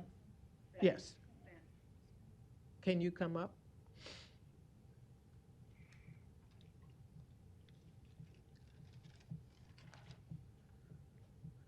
Okay, Dorothy Fant, 3207 North 16th Street, across from the site being proposed. Thank you, Ms. Van. Can you give me some feedback as to what your thoughts are after listening to Mr. Curry? Okay, my thoughts on the first place, we were never notified. We found out through planning board that there was going to be, 300 feet, we have some lots there. And when I found out about it, that's when it came out. Okay, we've never had a meeting with he never called a meeting. There's churches that would probably allow us to sit down and have a community meeting. There are places that I know that most of us go to church, and old people. And there's a lot of communication that's missing. That's what I'm seeing. And you cannot fix something if you don't repair what's already broken. So I think that we need to come together, have that communication between the developer and the people. As like you say, come together on happy medium, work it out, try to figure out something. Nobody's combating him or hating him. We love him because he's one of our developers. We need him. We really need him. But we need some modification. That's what we're asking for. And some communication. Let us know. We didn't know anything about an open house. People were calling down the street and said, did you know anything about open house? No, what's that? Down the street. Okay, that's no communication. He said, we'll let you know if there's going to be a planned meeting, maybe around the 27th or whatever. We never knew anything about it. So that's all I got to say. Thank you. And there was another opponent here, the gentleman, if you could come up. Mr. Edwards. Bob Edwards, 1476 Spencer. Thank you. I just wanted to get your feedback in regards to the answers that we had from the developer, Mr. Carey.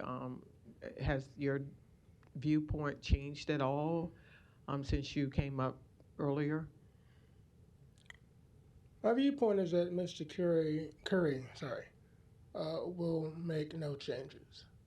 That's my viewpoint. He's recalcitrant, and he stated as much. 2 weeks' time, 3 weeks' time would make a difference. Changing the roof line, which would cost less than a flat roof, wouldn't do. Modifying the garage structure wouldn't do. There are no changes that Mr. Curry will make. So your decision is pretty straightforward. Deny, lay over until there are changes, or approve. Personally, the first two would be my choice. There needs to be development in the area. In fact, instead of the 50 years you mentioned, there's been 37 new homes built in the area. On 16th Street past Lake, there's an apartment complex there that's at least 18 units that was built recently, following the PURE standards. There are other multi-unit buildings, 20th Street, the school conversion, within the last 15 years, 40 units there. There have been multiple redevelopment in the area, and they all seem to realize that this is more of a craftsman-style neighborhood. You can actually look at a 1909 Sears catalog and find several of the houses in them because several people actually bought the old Sears houses and built them. Some of those elements could be easily put on without any additional cost. It's just the will to redesign. Redesign might cost a couple of thousand, but if a couple of thousand saves you 30 or 40,000, why wouldn't you do that? Okay, thank you. Yeah. I move that we lay this over to give time for additional discussion with the developer and the community in which this property will reside. Would that be for 2 weeks? We don't meet next week?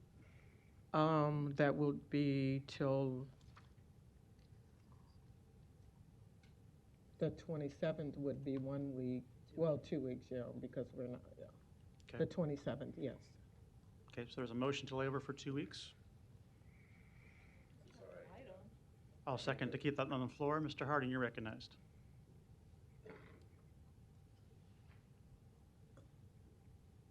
Thank you, Mr. President. I understand that there are those concerned with what's happened at Emmett Street, but I think we're conflating the situation here. And let me explain. First of all, Mr. Curry, I appreciate your persistence, and I know I watched the planning board last week and saw what you went through on that, and here you are again, kind of going through some similar things. But let me start with a couple things. One is that I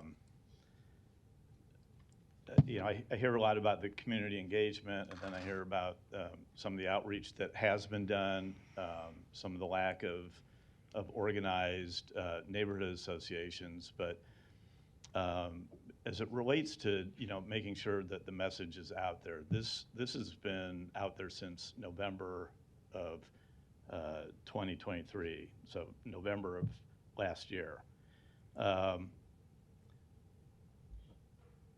And every one of those who appeared today in opposition, except for some of those that are at our weekly meeting, there were 6 people who testified in opposition.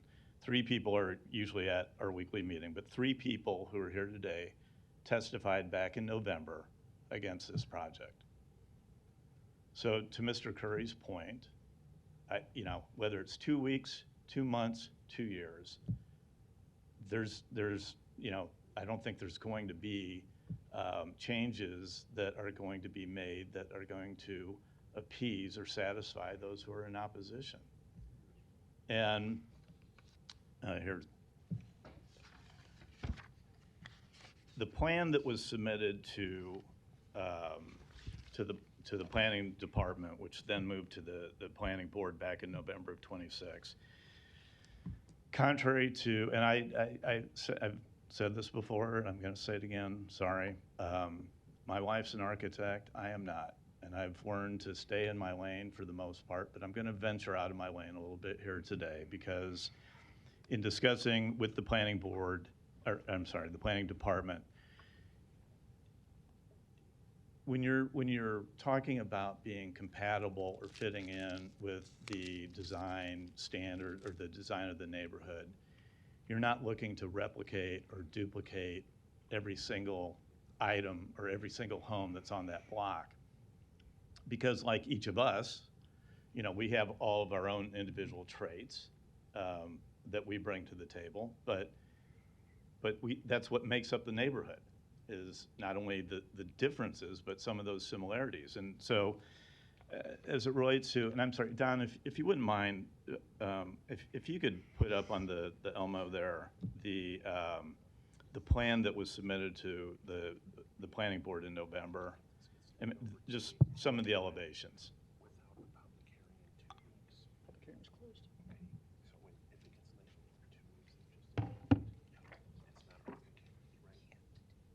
Perfect, that's fine. And I probably should have put mine up, because, and you don't need to stand there, Don, thank you.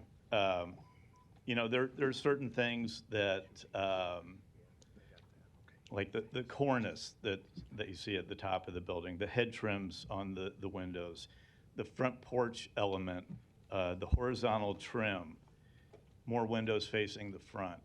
These are all components of and elements of the housing stock in the neighborhood. So they don't all look alike, but they pick up pieces and parts from other examples within the neighborhood of those elements that are incorporated in this design, but maybe aren't so obvious to the eye when you're just looking at it on a sheet of paper. So I think that's important to note. That is this identical to everything in the neighborhood? No. Is it supposed to be? No. Does it have elements of the other design elements in the neighborhood? Absolutely. So let me go back to my other comment about where I started out about we're conflating the situation here. So on 16th and Emmett, which has been referenced a lot here today, that was Mr. Curry's first foray, I would say, into the development world, and not very successful so far, I'll be blunt. To the point where he had to go back because the city shut him down on his project because what was approved for 16th and Emmett with the PUR, the Planned Unit Redevelopment component, he was not in compliance with. He did not build to what was submitted and what was approved at Planning Board and then what was approved at City Council.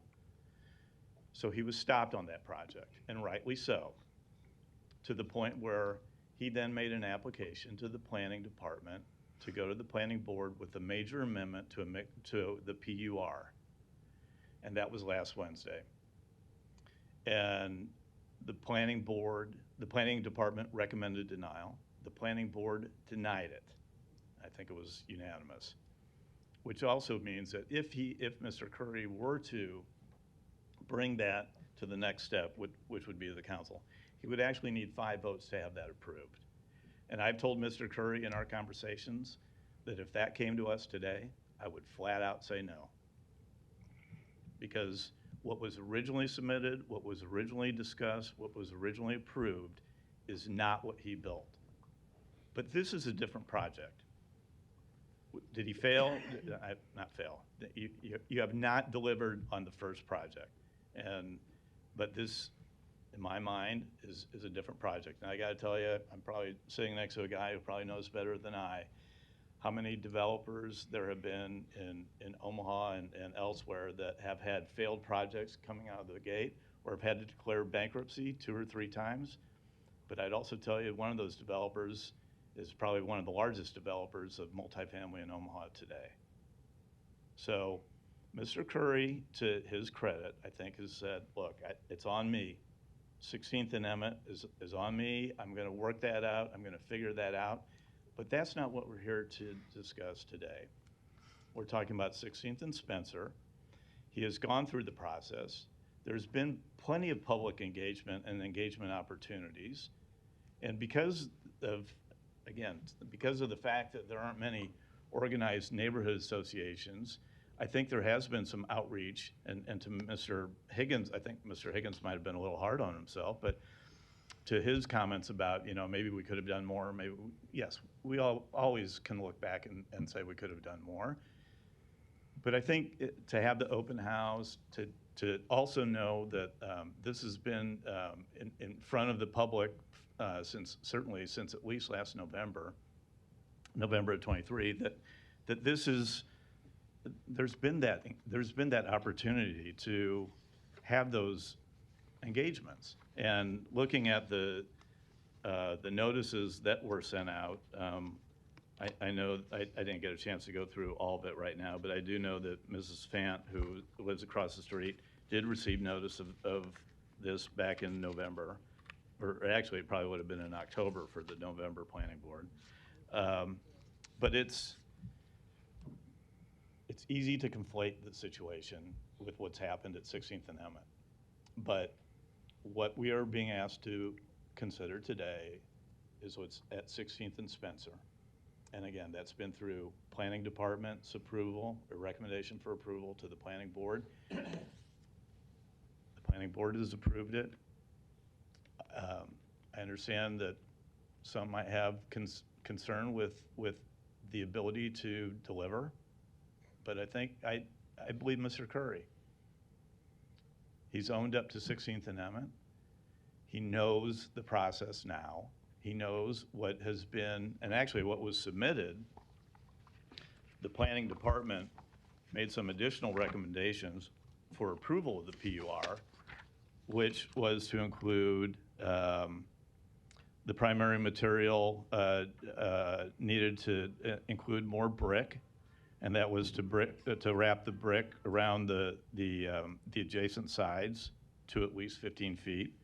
That was not part of the original proposal, what he submitted, but it was a requirement from the planning department to move forward, which is part of the PUR now. It also talked about the number of organization of windows does not meet the requirements as outlined in Omaha Municipal Code and cites a section.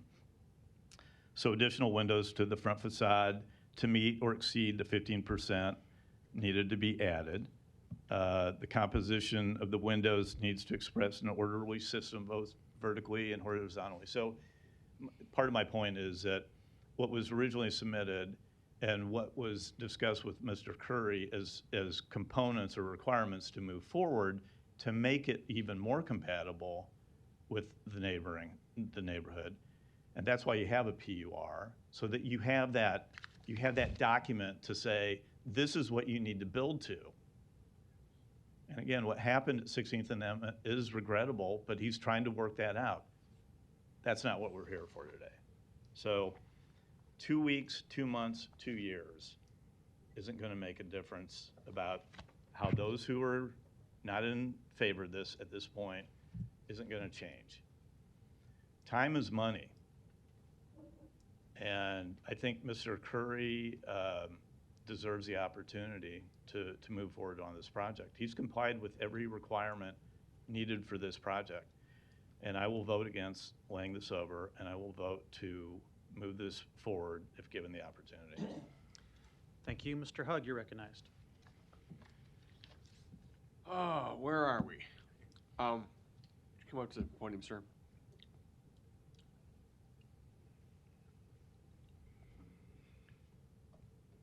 Is your funding for both developments one pool of money? No, separate. It's not. How is it structured? As far as the organization itself or the funding? Okay, so it's not one pool of money for both, so is it two separate? Yes, sir. Two separate? Yes. Okay. And not that I'm getting lost, but a lot of things have been said, I just need to clarify. So on your first project, you've had to make some changes. Well, the first, as it was put during the board meeting, when I submitted the major PUR, major amendment, I put the cart before the horse, right? And that meant that I had been approved from Front Porch, I'd been approved for $732,000. And that was based on an estimated bid that we got from Overland I'm going to Construction. stop you right there. Yeah. I'm looking for a yes or no answer. Repeat the question again. I'm going to rephrase my question. Are you making changes, and have you made changes in the construction of the property at 33224 without those plans being approved? Oh, yes, I did. That was a major mistake. Okay. That was a major mistake. And if I had known that I was doing that, I would not have done it, because therefore I wouldn't be here right now. Okay, and that was addressed at the planning board Yes, meeting? overly addressed, it was. All right, that's all I have for you. Thank you. Thank you, sir. Thank you. Ms. Melton, you're recognized. Yeah, I'm just going to be real quick. I agree with everything that Councilman Harding said, but I do understand that because of the first building, now some of the neighbors are just not trusting what this one will look like. I think what they are asking for is the opportunity to maybe be given some reassurance that the second building I'm building, I'm not doing the same thing. I think you've given it today, and I think if you would present that to them, it would make them feel better, which is why I would support Councilmember Johnson's layover. However, I'm not going to go so far as to say, because I want you to meet with neighbors and then let 25 different people tell you, the layout of your building on your private property. So the reason we have a PUR is here's what you need to do according to the city ordinance. Then it's up to you. And I have all the faith in it's Miss Ingram that she's going to, build something that she thinks is great. Like, that's her expertise, not mine. But also, it's your private property as well. So I don't believe that everybody should dictate what everybody else does on their own private property, as long as it doesn't violate zoning, which is what the PUR is under, right? And so I guess what I'm saying is, when I say meet with the neighbors, I think meet with them to reassure them that this building, maybe if your designer could do some computer graphics that would show maybe everyone what the second building is gonna look like, and then potentially what your ideas are for the first one to make some changes, I think that would just go a long way. I guess my opinion is you should have the meeting with neighbors in order maybe to provide them with more information and more surety, but not to have a meeting with neighbors to let everyone tell you what they think would look best, because that's not necessarily what neighbors should be telling everyone. You need to make that decision because you're the one investing in the project. But so as long as you understand that you got to follow the city ordinance, you should be able to build what you want to build. And I don't think we need to beat this dead horse any longer, so I'm very supportive of what you're doing, but that's the reason I'm supporting the layover.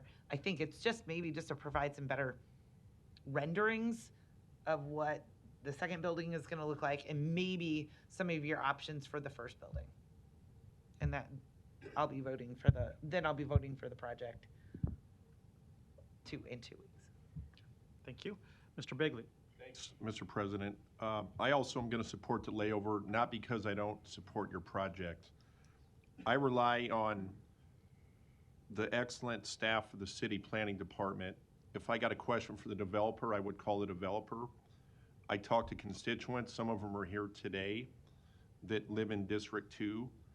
I am going to support it unless something in the next 2 weeks changes my mind. But I am concerned on the challenges that you took ownership of in a public meeting. I commend you for that. That's not an easy thing to do. I'm sure you probably, when you go home tonight, you're gonna, I'll speak for myself, I learn things in every council meeting I'm in.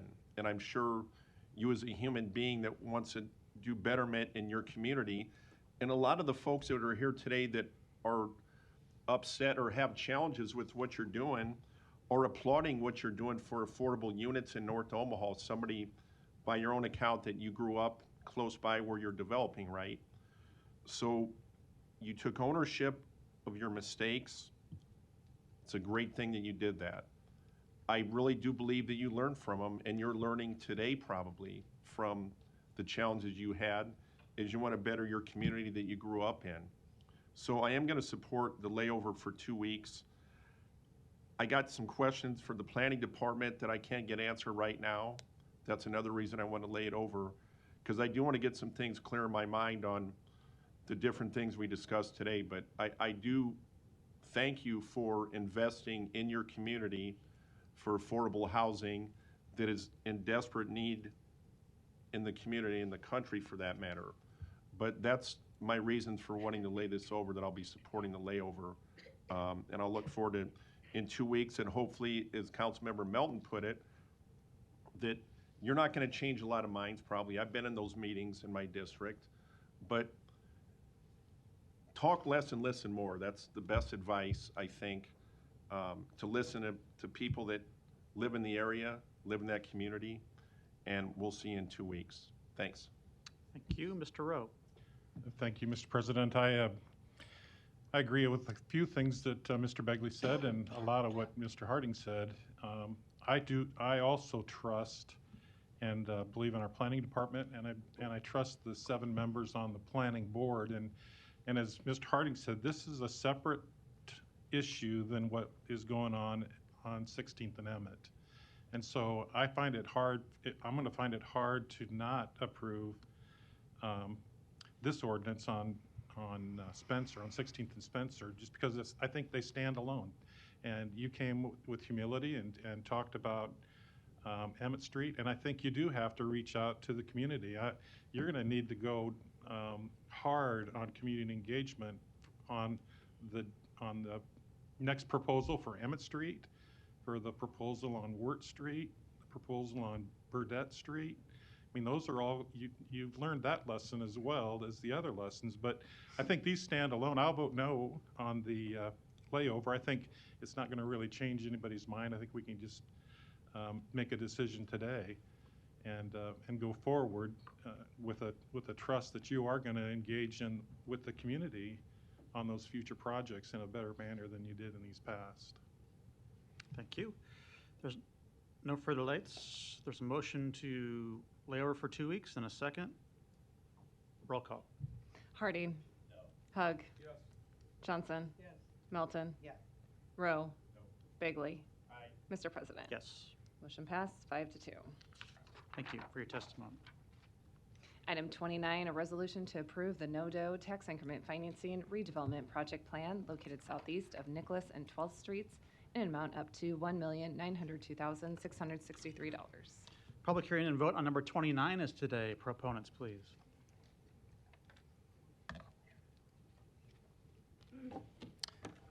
Good afternoon, Jay Klein, 10404 Essex Court. I'm here representing the developer, and I'm also here to answer any questions. Thank you. Any other proponents today? Seeing none, any opponents? Public hearing's closed. Is there a motion? A motion to approve. Sorry about that. Second. Motion to approve in a second. Roll call. Harding. Hug. Johnson. Melton. Rowe. Bagley. Mr. President. Yes. Motion passed 7-0.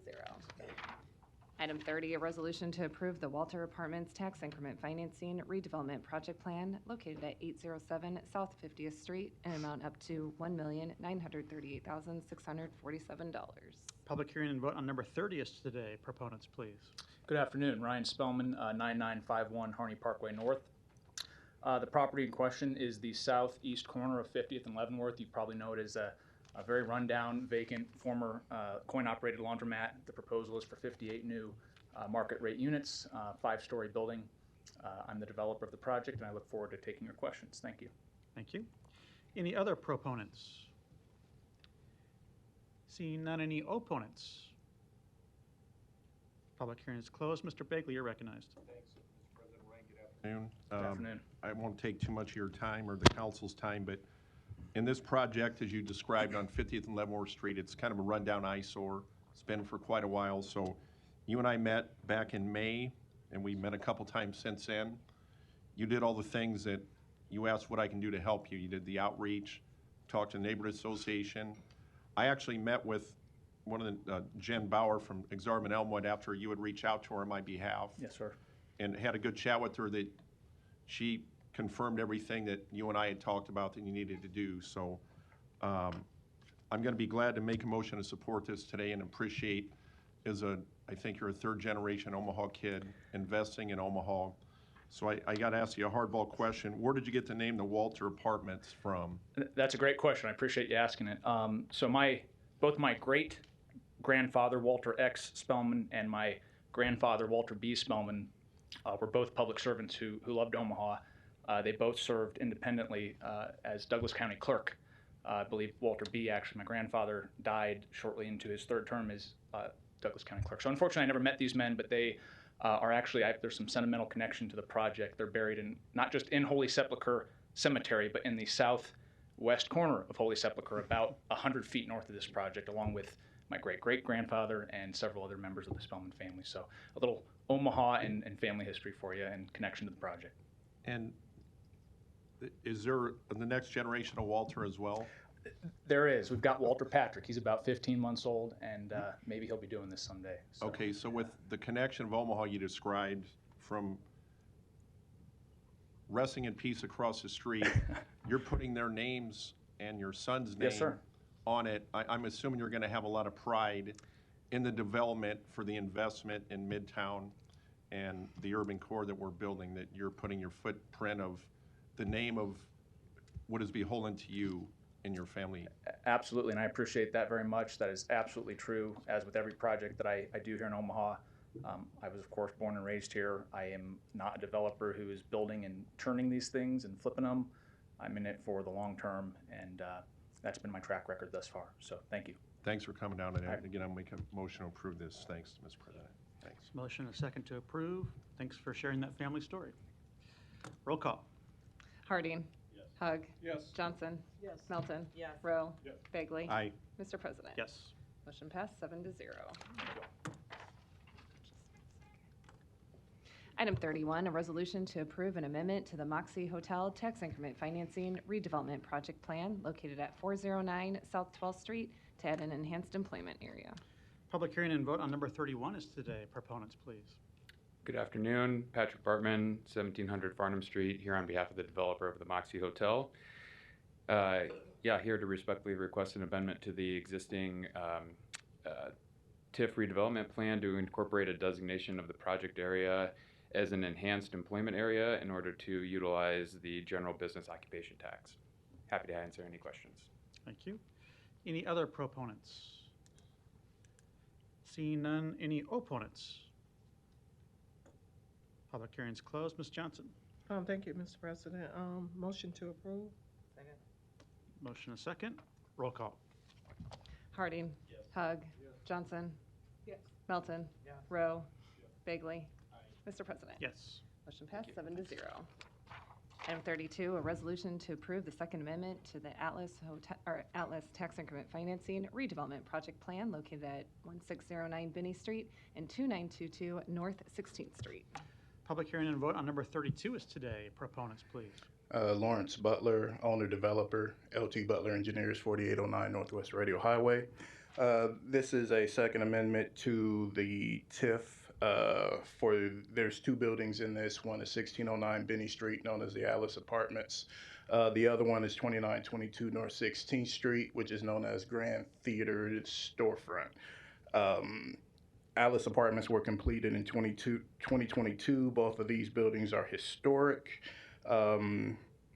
This amendment changes the use of 2922 from the TIF standpoint of an office building to a fourplex to provide 4 affordable units in that area, also to conform with the zoning requirements so the building permit can be approved and we can start with renovation of that building.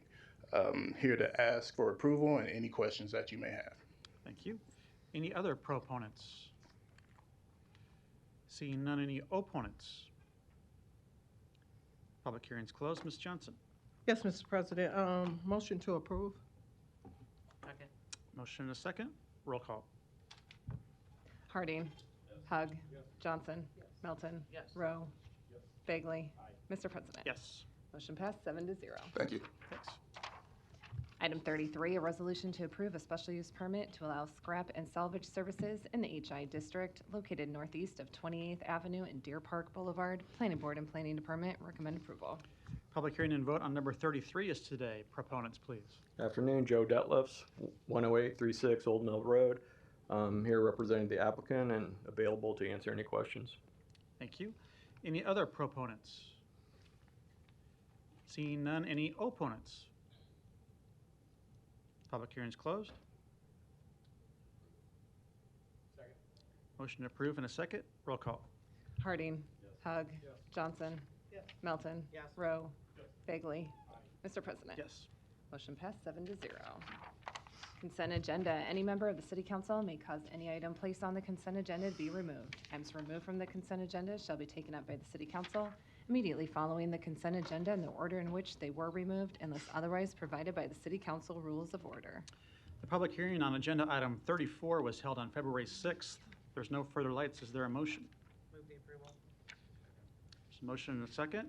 Ms. Johnson, you're recognized. Thank you, Mr. President. Item number 52. Oh. Why am I going? Thank you. Okay. Thanks. All set. There's a motion and a second to approve number 34. Roll call. Harding. Hug. Johnson. Melton. Rowe. Bagley. Mr. President. Yes. Motion passed 7-0. The public hearings on agenda items 35 through 66 are today. If you wish to address the City Council regarding these items, please come to the microphone, indicate the agenda item number you wish to address, identify yourself by name, address, and who you represent, and if you are a proponent or an opponent. These are items 35 through 66. Hi, item 39, Benny Foltz, representing Rome, the nonprofit bike share operator here in town, 1144 North 11th Street, Omaha, Nebraska. Here to answer any questions.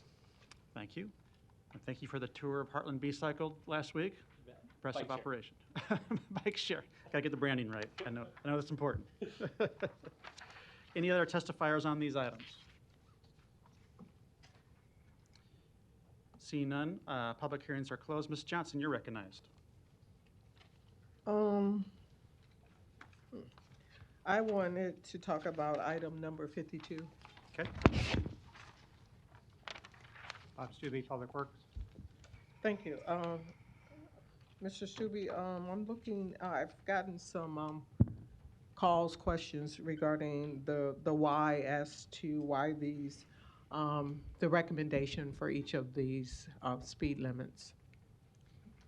Yeah, so under city code, the traffic engineer has the authority to modify speed limits, and this particular area, especially the Chicago Street, Cumming, and 19th and Florence Boulevard have changed over the years to be a highly walkable area, especially when you consider Central High School and Creighton University area. So we're looking at reducing those speed limits from 30, which is currently posted, to 25. The one on 156th Street from Dodge to Pacific has been improved lately from an old County Road 2-lane section to a 4-lane divided street that warrants increasing the speed limit on the old County Road section from 40 mile an hour to 45. Okay, so on back to the one on 19th Street from Dodge to Chicago. You mentioned that due to Central and Creighton, is there any statistics that you can share with this group or with the to the public, basically? Statistics for what? You said the traffic has changed. I would assume that you No, did. The traffic's not changed. The area has changed from the standpoint, if you look at, especially Creighton University, if you look at the expansion of Creighton University from its campus going to the east, obviously over the years, the new stadium has been put in. It's a walkable area from the standpoint of California Street all the way from west of 24th all the way to the east. They've got the new dental school that's on Cumming Street. They've got multiple residential complexes that have been installed over the years in proximity to 19th and 20th Street, also on the north side of Cumming Street. That whole area is transformed and is transformed from what used to be in days past being more, of an industrial area to be more of a walkable community for Creighton University campus. So a study has not been completed or done? No, there's no change to the street cross-section. It's essentially remaining the same. It's just taking those speed limit signs down from 30 that have existed there for years and lowering it down to 25.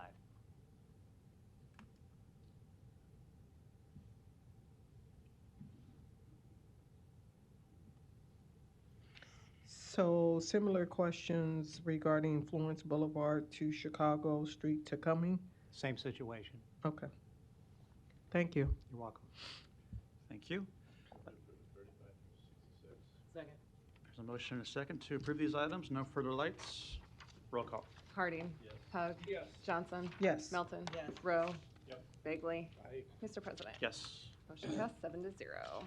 Item 67, an ordinance to amend Chapter 20, Article 3 of the Omaha Municipal Code entitled Offenses Against the Public Peace by adding Section 20-52 to provide for a prohibition of disorderly premises or nuisance gatherings. A is communications and support. The vote on number 67 is today. Ms. Johnson, your light's on. You're recognized. And I would like to call someone to speak on this. That would be Ms. Kimura. Thank you.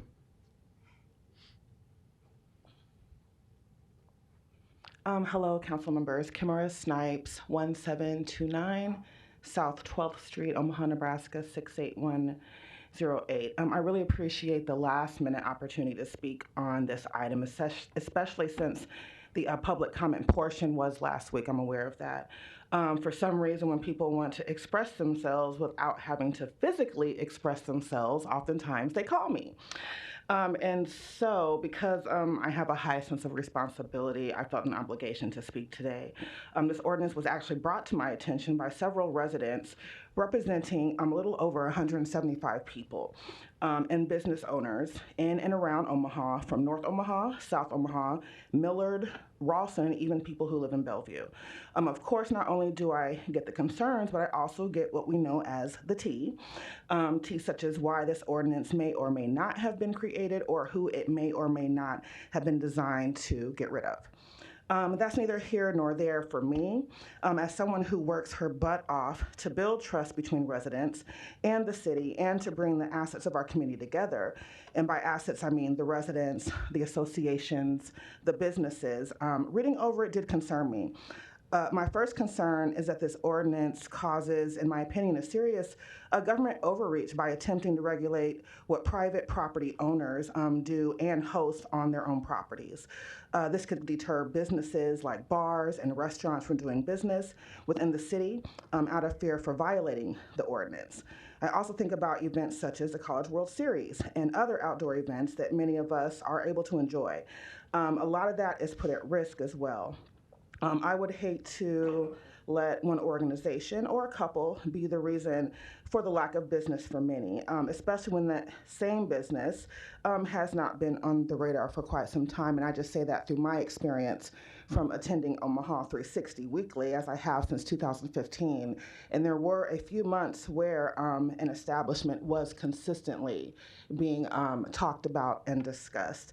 And so I just wanted to elevate that again because I do love this city and I do consider it to be friendly. I do, for the most part, consider it to be welcoming. And as I rethink neighborhoods, because I do work with neighborhoods, I'm not representing where I work today. When I think about that, I think about neighborhoods a lot differently than most people. We exist to also support business as well through accountability, transparency, and stewardship. So I just wanted to elevate that today, and I appreciate your time. Thank you. Thank you. And thank you for you. I was going to make some comments after that. I can go you. sit down. Okay, thanks. I'm going to go ahead and I've already kind of summed up what I thought about this ordinance last week, and so I'm not going to labor this council with those remarks again. So at this time, I would like to motion that we lay this over for 30 days so that we can look at other opportunities because this will have an impact for communities, one community in which I serve. Second. There's a motion to labor for 30 days and a second. Mr. Rowe, you're recognized.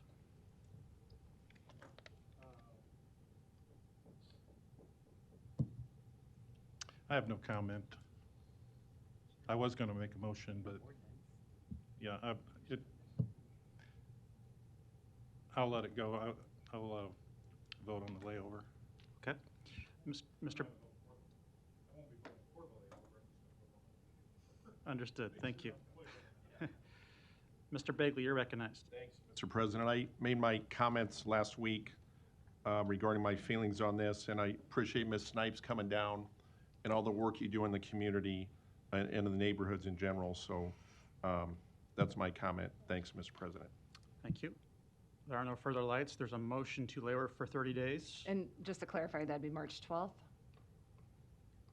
March 12th meeting.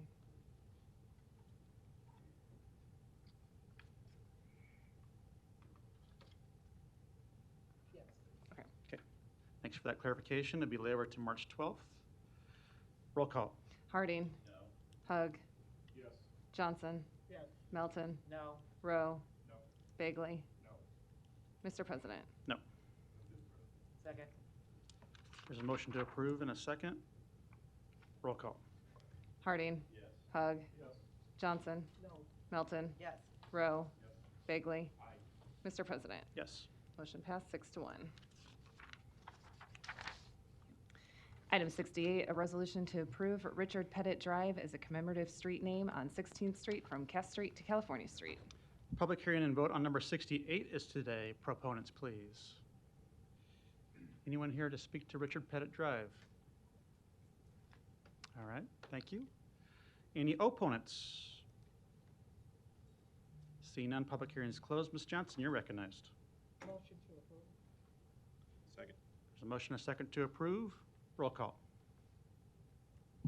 Harding. Hug. Johnson.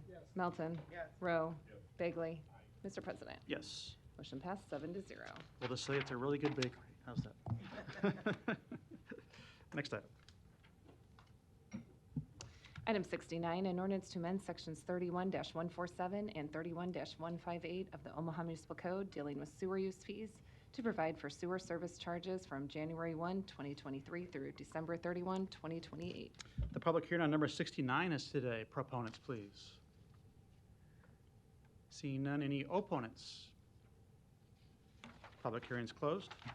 Item 70, an ordinance to amend section 10-182 and section 10-187 of the Omaha Municipal Code pertaining to certain professional services by amending which individuals shall serve on the selection committee. Public hearing on number 70 is today. Proponents, please. Seeing none, any opponents? Public hearing is closed. Item 71, an ordinance to authorize and accept the disbursement from the fiscal year 2023 State Homeland Security Grant Award in the amount of $468,458.80. Public hearing on number 71 is today. Proponents, please. Seeing none, any opponents?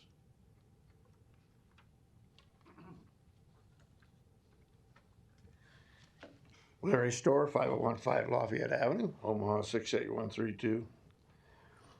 I'm opposed to any federal grant right now that involves federal emergency management.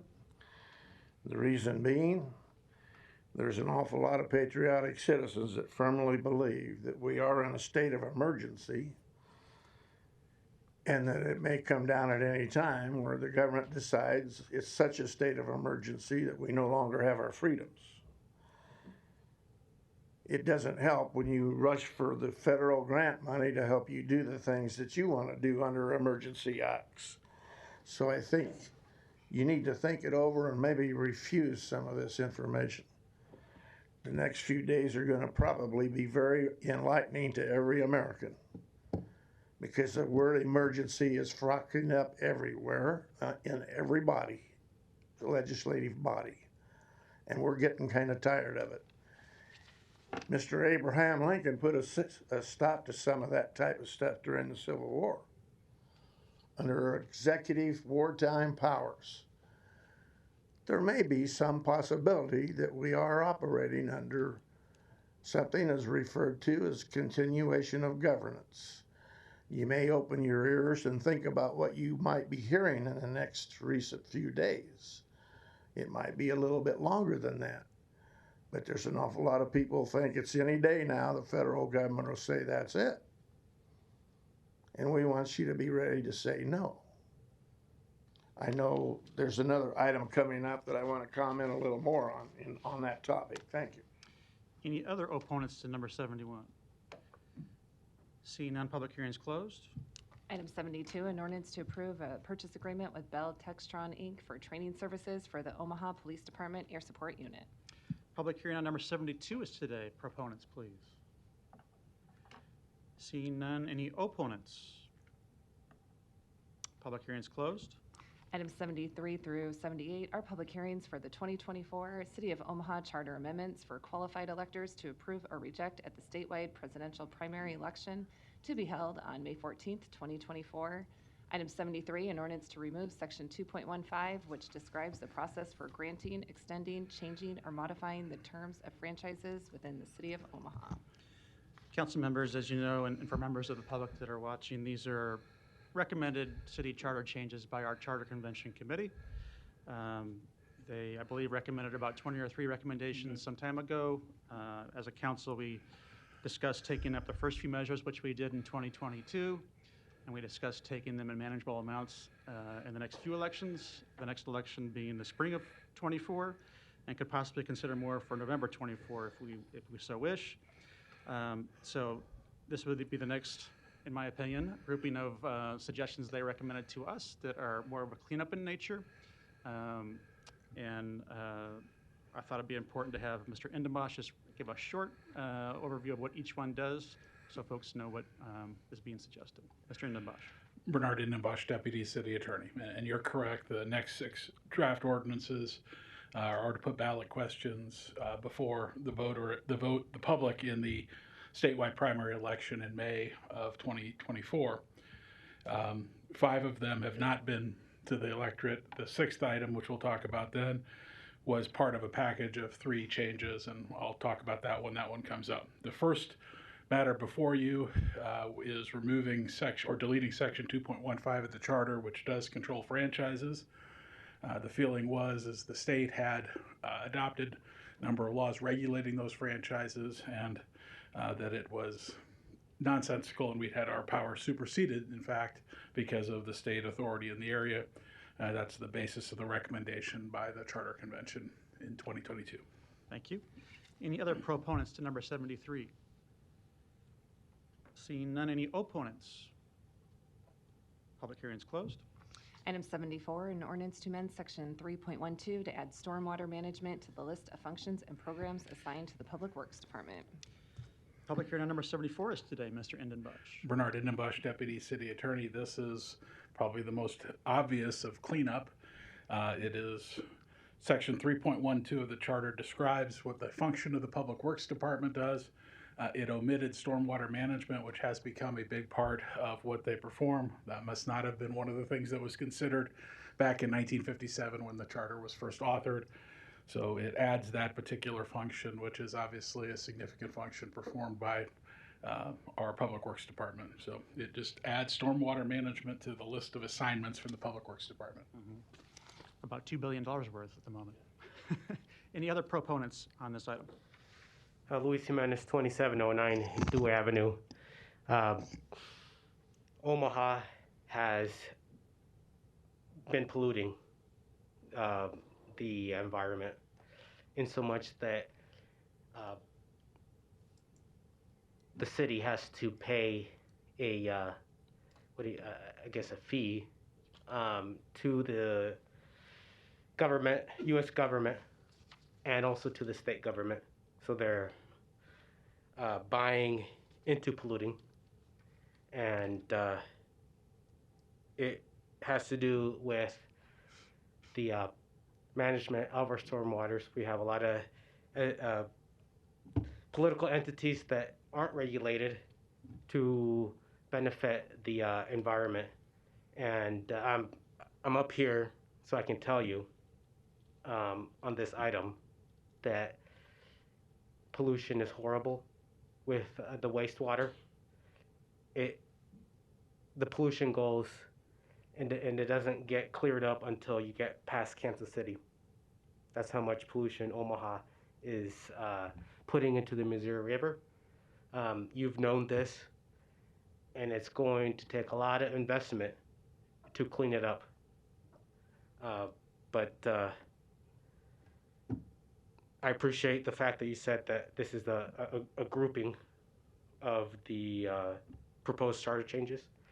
I think maybe some regulatory items to the water management, waste management would be appropriate. Okay, thank you. Thanks a lot. Any other proponents on 74? Seeing none, any opponents? Public hearing is closed. Item 75, an ordinance to amend section 5.21 concerning the disposal of personal property from the purchasing division and purchasing agent to the finance department and finance director, and in section 5.23 to provide that the city treasurer is a classified employee hired through the competitive testing process. Public hearing on number 75 is today. Proponents, please. Bernard Indenbosch, Deputy City Attorney. Of course, another couple cleanup items. The first item concerns the disposal of property. The references in 5.21 of the charter predated our merger with Douglas County to take over the purchasing function, and they provide a process for doing it.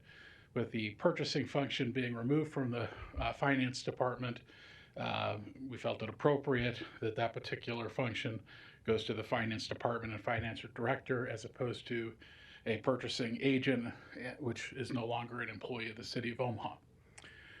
Section 5.23 is again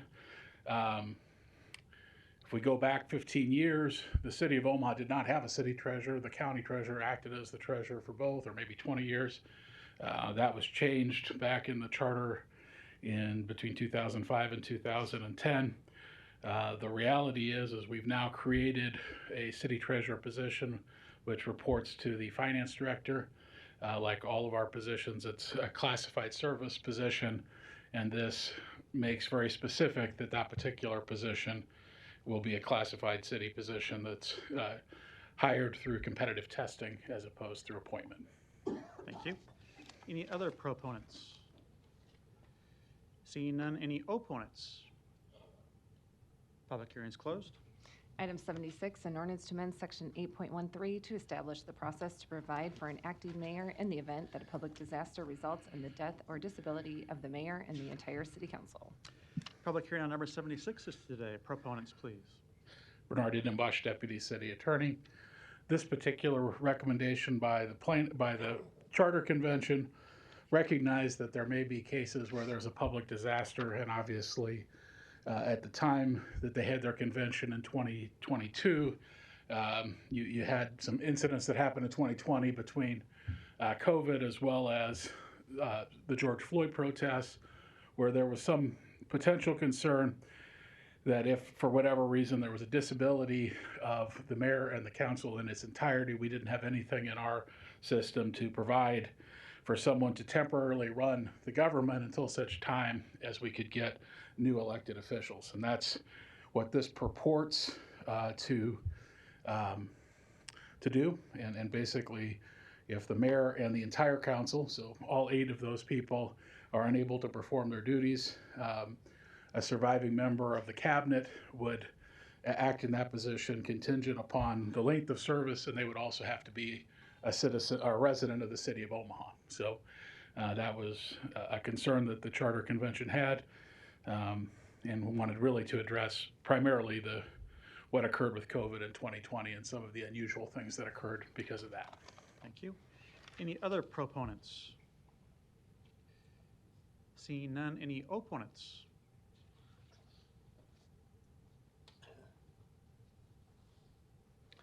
Larry Storr, 5015 Lafayette Avenue, Omaha 68132. Definitely opposed to this. I don't know if you're trying to tell us there is a national emergency and a disaster right around the corner. A lot of the political bodies across the nation are passing these emergency things and declaring an emergency, even down at the State House in Lincoln.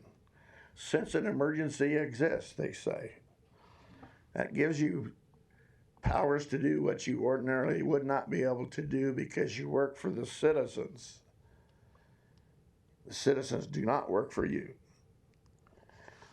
This is maybe unconstitutional, but it smacks of the last election routine where you tried to put a similar thing about removing the mayor under a similar to Article 25th Amendment of the Constitution. That when the mayor is not present or unable to be present, doesn't want to be present, et cetera, that you people could find a way to replace her temporarily with somebody on this board, I guess. So it makes people like me who feel that there is some problem with government, suspicious problems, that you'll sneak in with an amendment and make this a get rid of the mayor thing and strike all this language with an amendment that we cannot speak about. That's the way you seem to operate. So will it show up next week or a few weeks from now with the language stricken to replace with "we hereby declare an emergency and the mayor's out of town, so we will replace her under a 25th Amendment style thing"? Please don't try it. The citizens are watching. Thank you. Thank you. A reminder that all these items, if they're approved today, actually go to the ballot for voters to decide. Mr. Jimenez, go ahead. Thank you, Mr. President. Luis Jimenez, 2709 Dew Avenue. So this is an example of a non-issue that was brought before the convention. When you go through a process that the convention went through, you get items like this, like the 7 of you are going to die, and then the mayor's going to die, and then the 7 of you. Robert's Rules of Order already provides a way for your meetings to be presided. So this is a ballot initiative that you're going to put on it, and what are they say? Oh my God, 8 people that run our lives, or that help run our lives, are going to die. That's not true. That's not going to happen. So I hope that at the end of this all this process, we can look back and you see these items that were passed and they said we did some change because we only have 10 years in between to make a change. For example, the sewage that goes through Missouri River, as I was talking about earlier, that's a huge issue. Where are you going to get the money? Gotta stay on the topic, Craig. Okay, well, as an example that this is a one of those things that really is not an issue for the voters. Like, remember when you replaced Mr. Hugg? Did the voters have much to say about it? You still have, and I support Mr. Hugg. I think you're the best option for the District 4. But all right, you gotta stay on topic here. But my point being is this: let's get some things before the voters that are going to have an impact within the next 10 years, or are going to be relevant and pertinent within the next 10 years. Thank you. All right, thank you. Any other opponents to number 76? Public hearing is closed. Item 77, an ordinance to amend Section 8.15 to make clear that the members of a charter study convention must be 18 years old and a resident of the city for 6 months at the time of their appointment. Public hearing on number 77 is today. Proponents, please. Bernard Innenbosch, Deputy City Attorney. Another one that is definitely a cleanup. I think you'd argue that it was probably already contemplated that you had to be 18 to be a member of the charter, but they wanted to make that explicit. And secondly, they wanted to put a 6-month term. They had to be in the city for 6 months, either lived or annexed by, to make it consistent with some of the other language necessary for people who serve on this council or as mayor. So they wanted to make that explicit, make it clear, and make it clear for those people who were interested in serving on future charter conventions what the qualifications were. Thank you. Any other proponents to number 77? Seeing none, any opponents? Public hearing is closed. Mr. Rowe, you're recognized. Yeah, as Mr. Endenbosch was reading that, I recognize that he said that the Charter Study Convention members must be 18 years old. I just think we need to clean that up, that it's at least 18, right? They must be 18. Am I?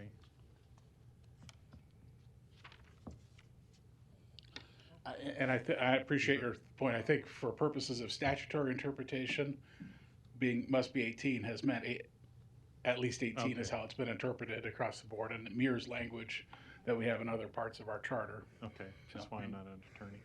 But I thought that was a good catch. So you're no, it is. You are confident the language proposed means 18 and above, right? Yes. Okay.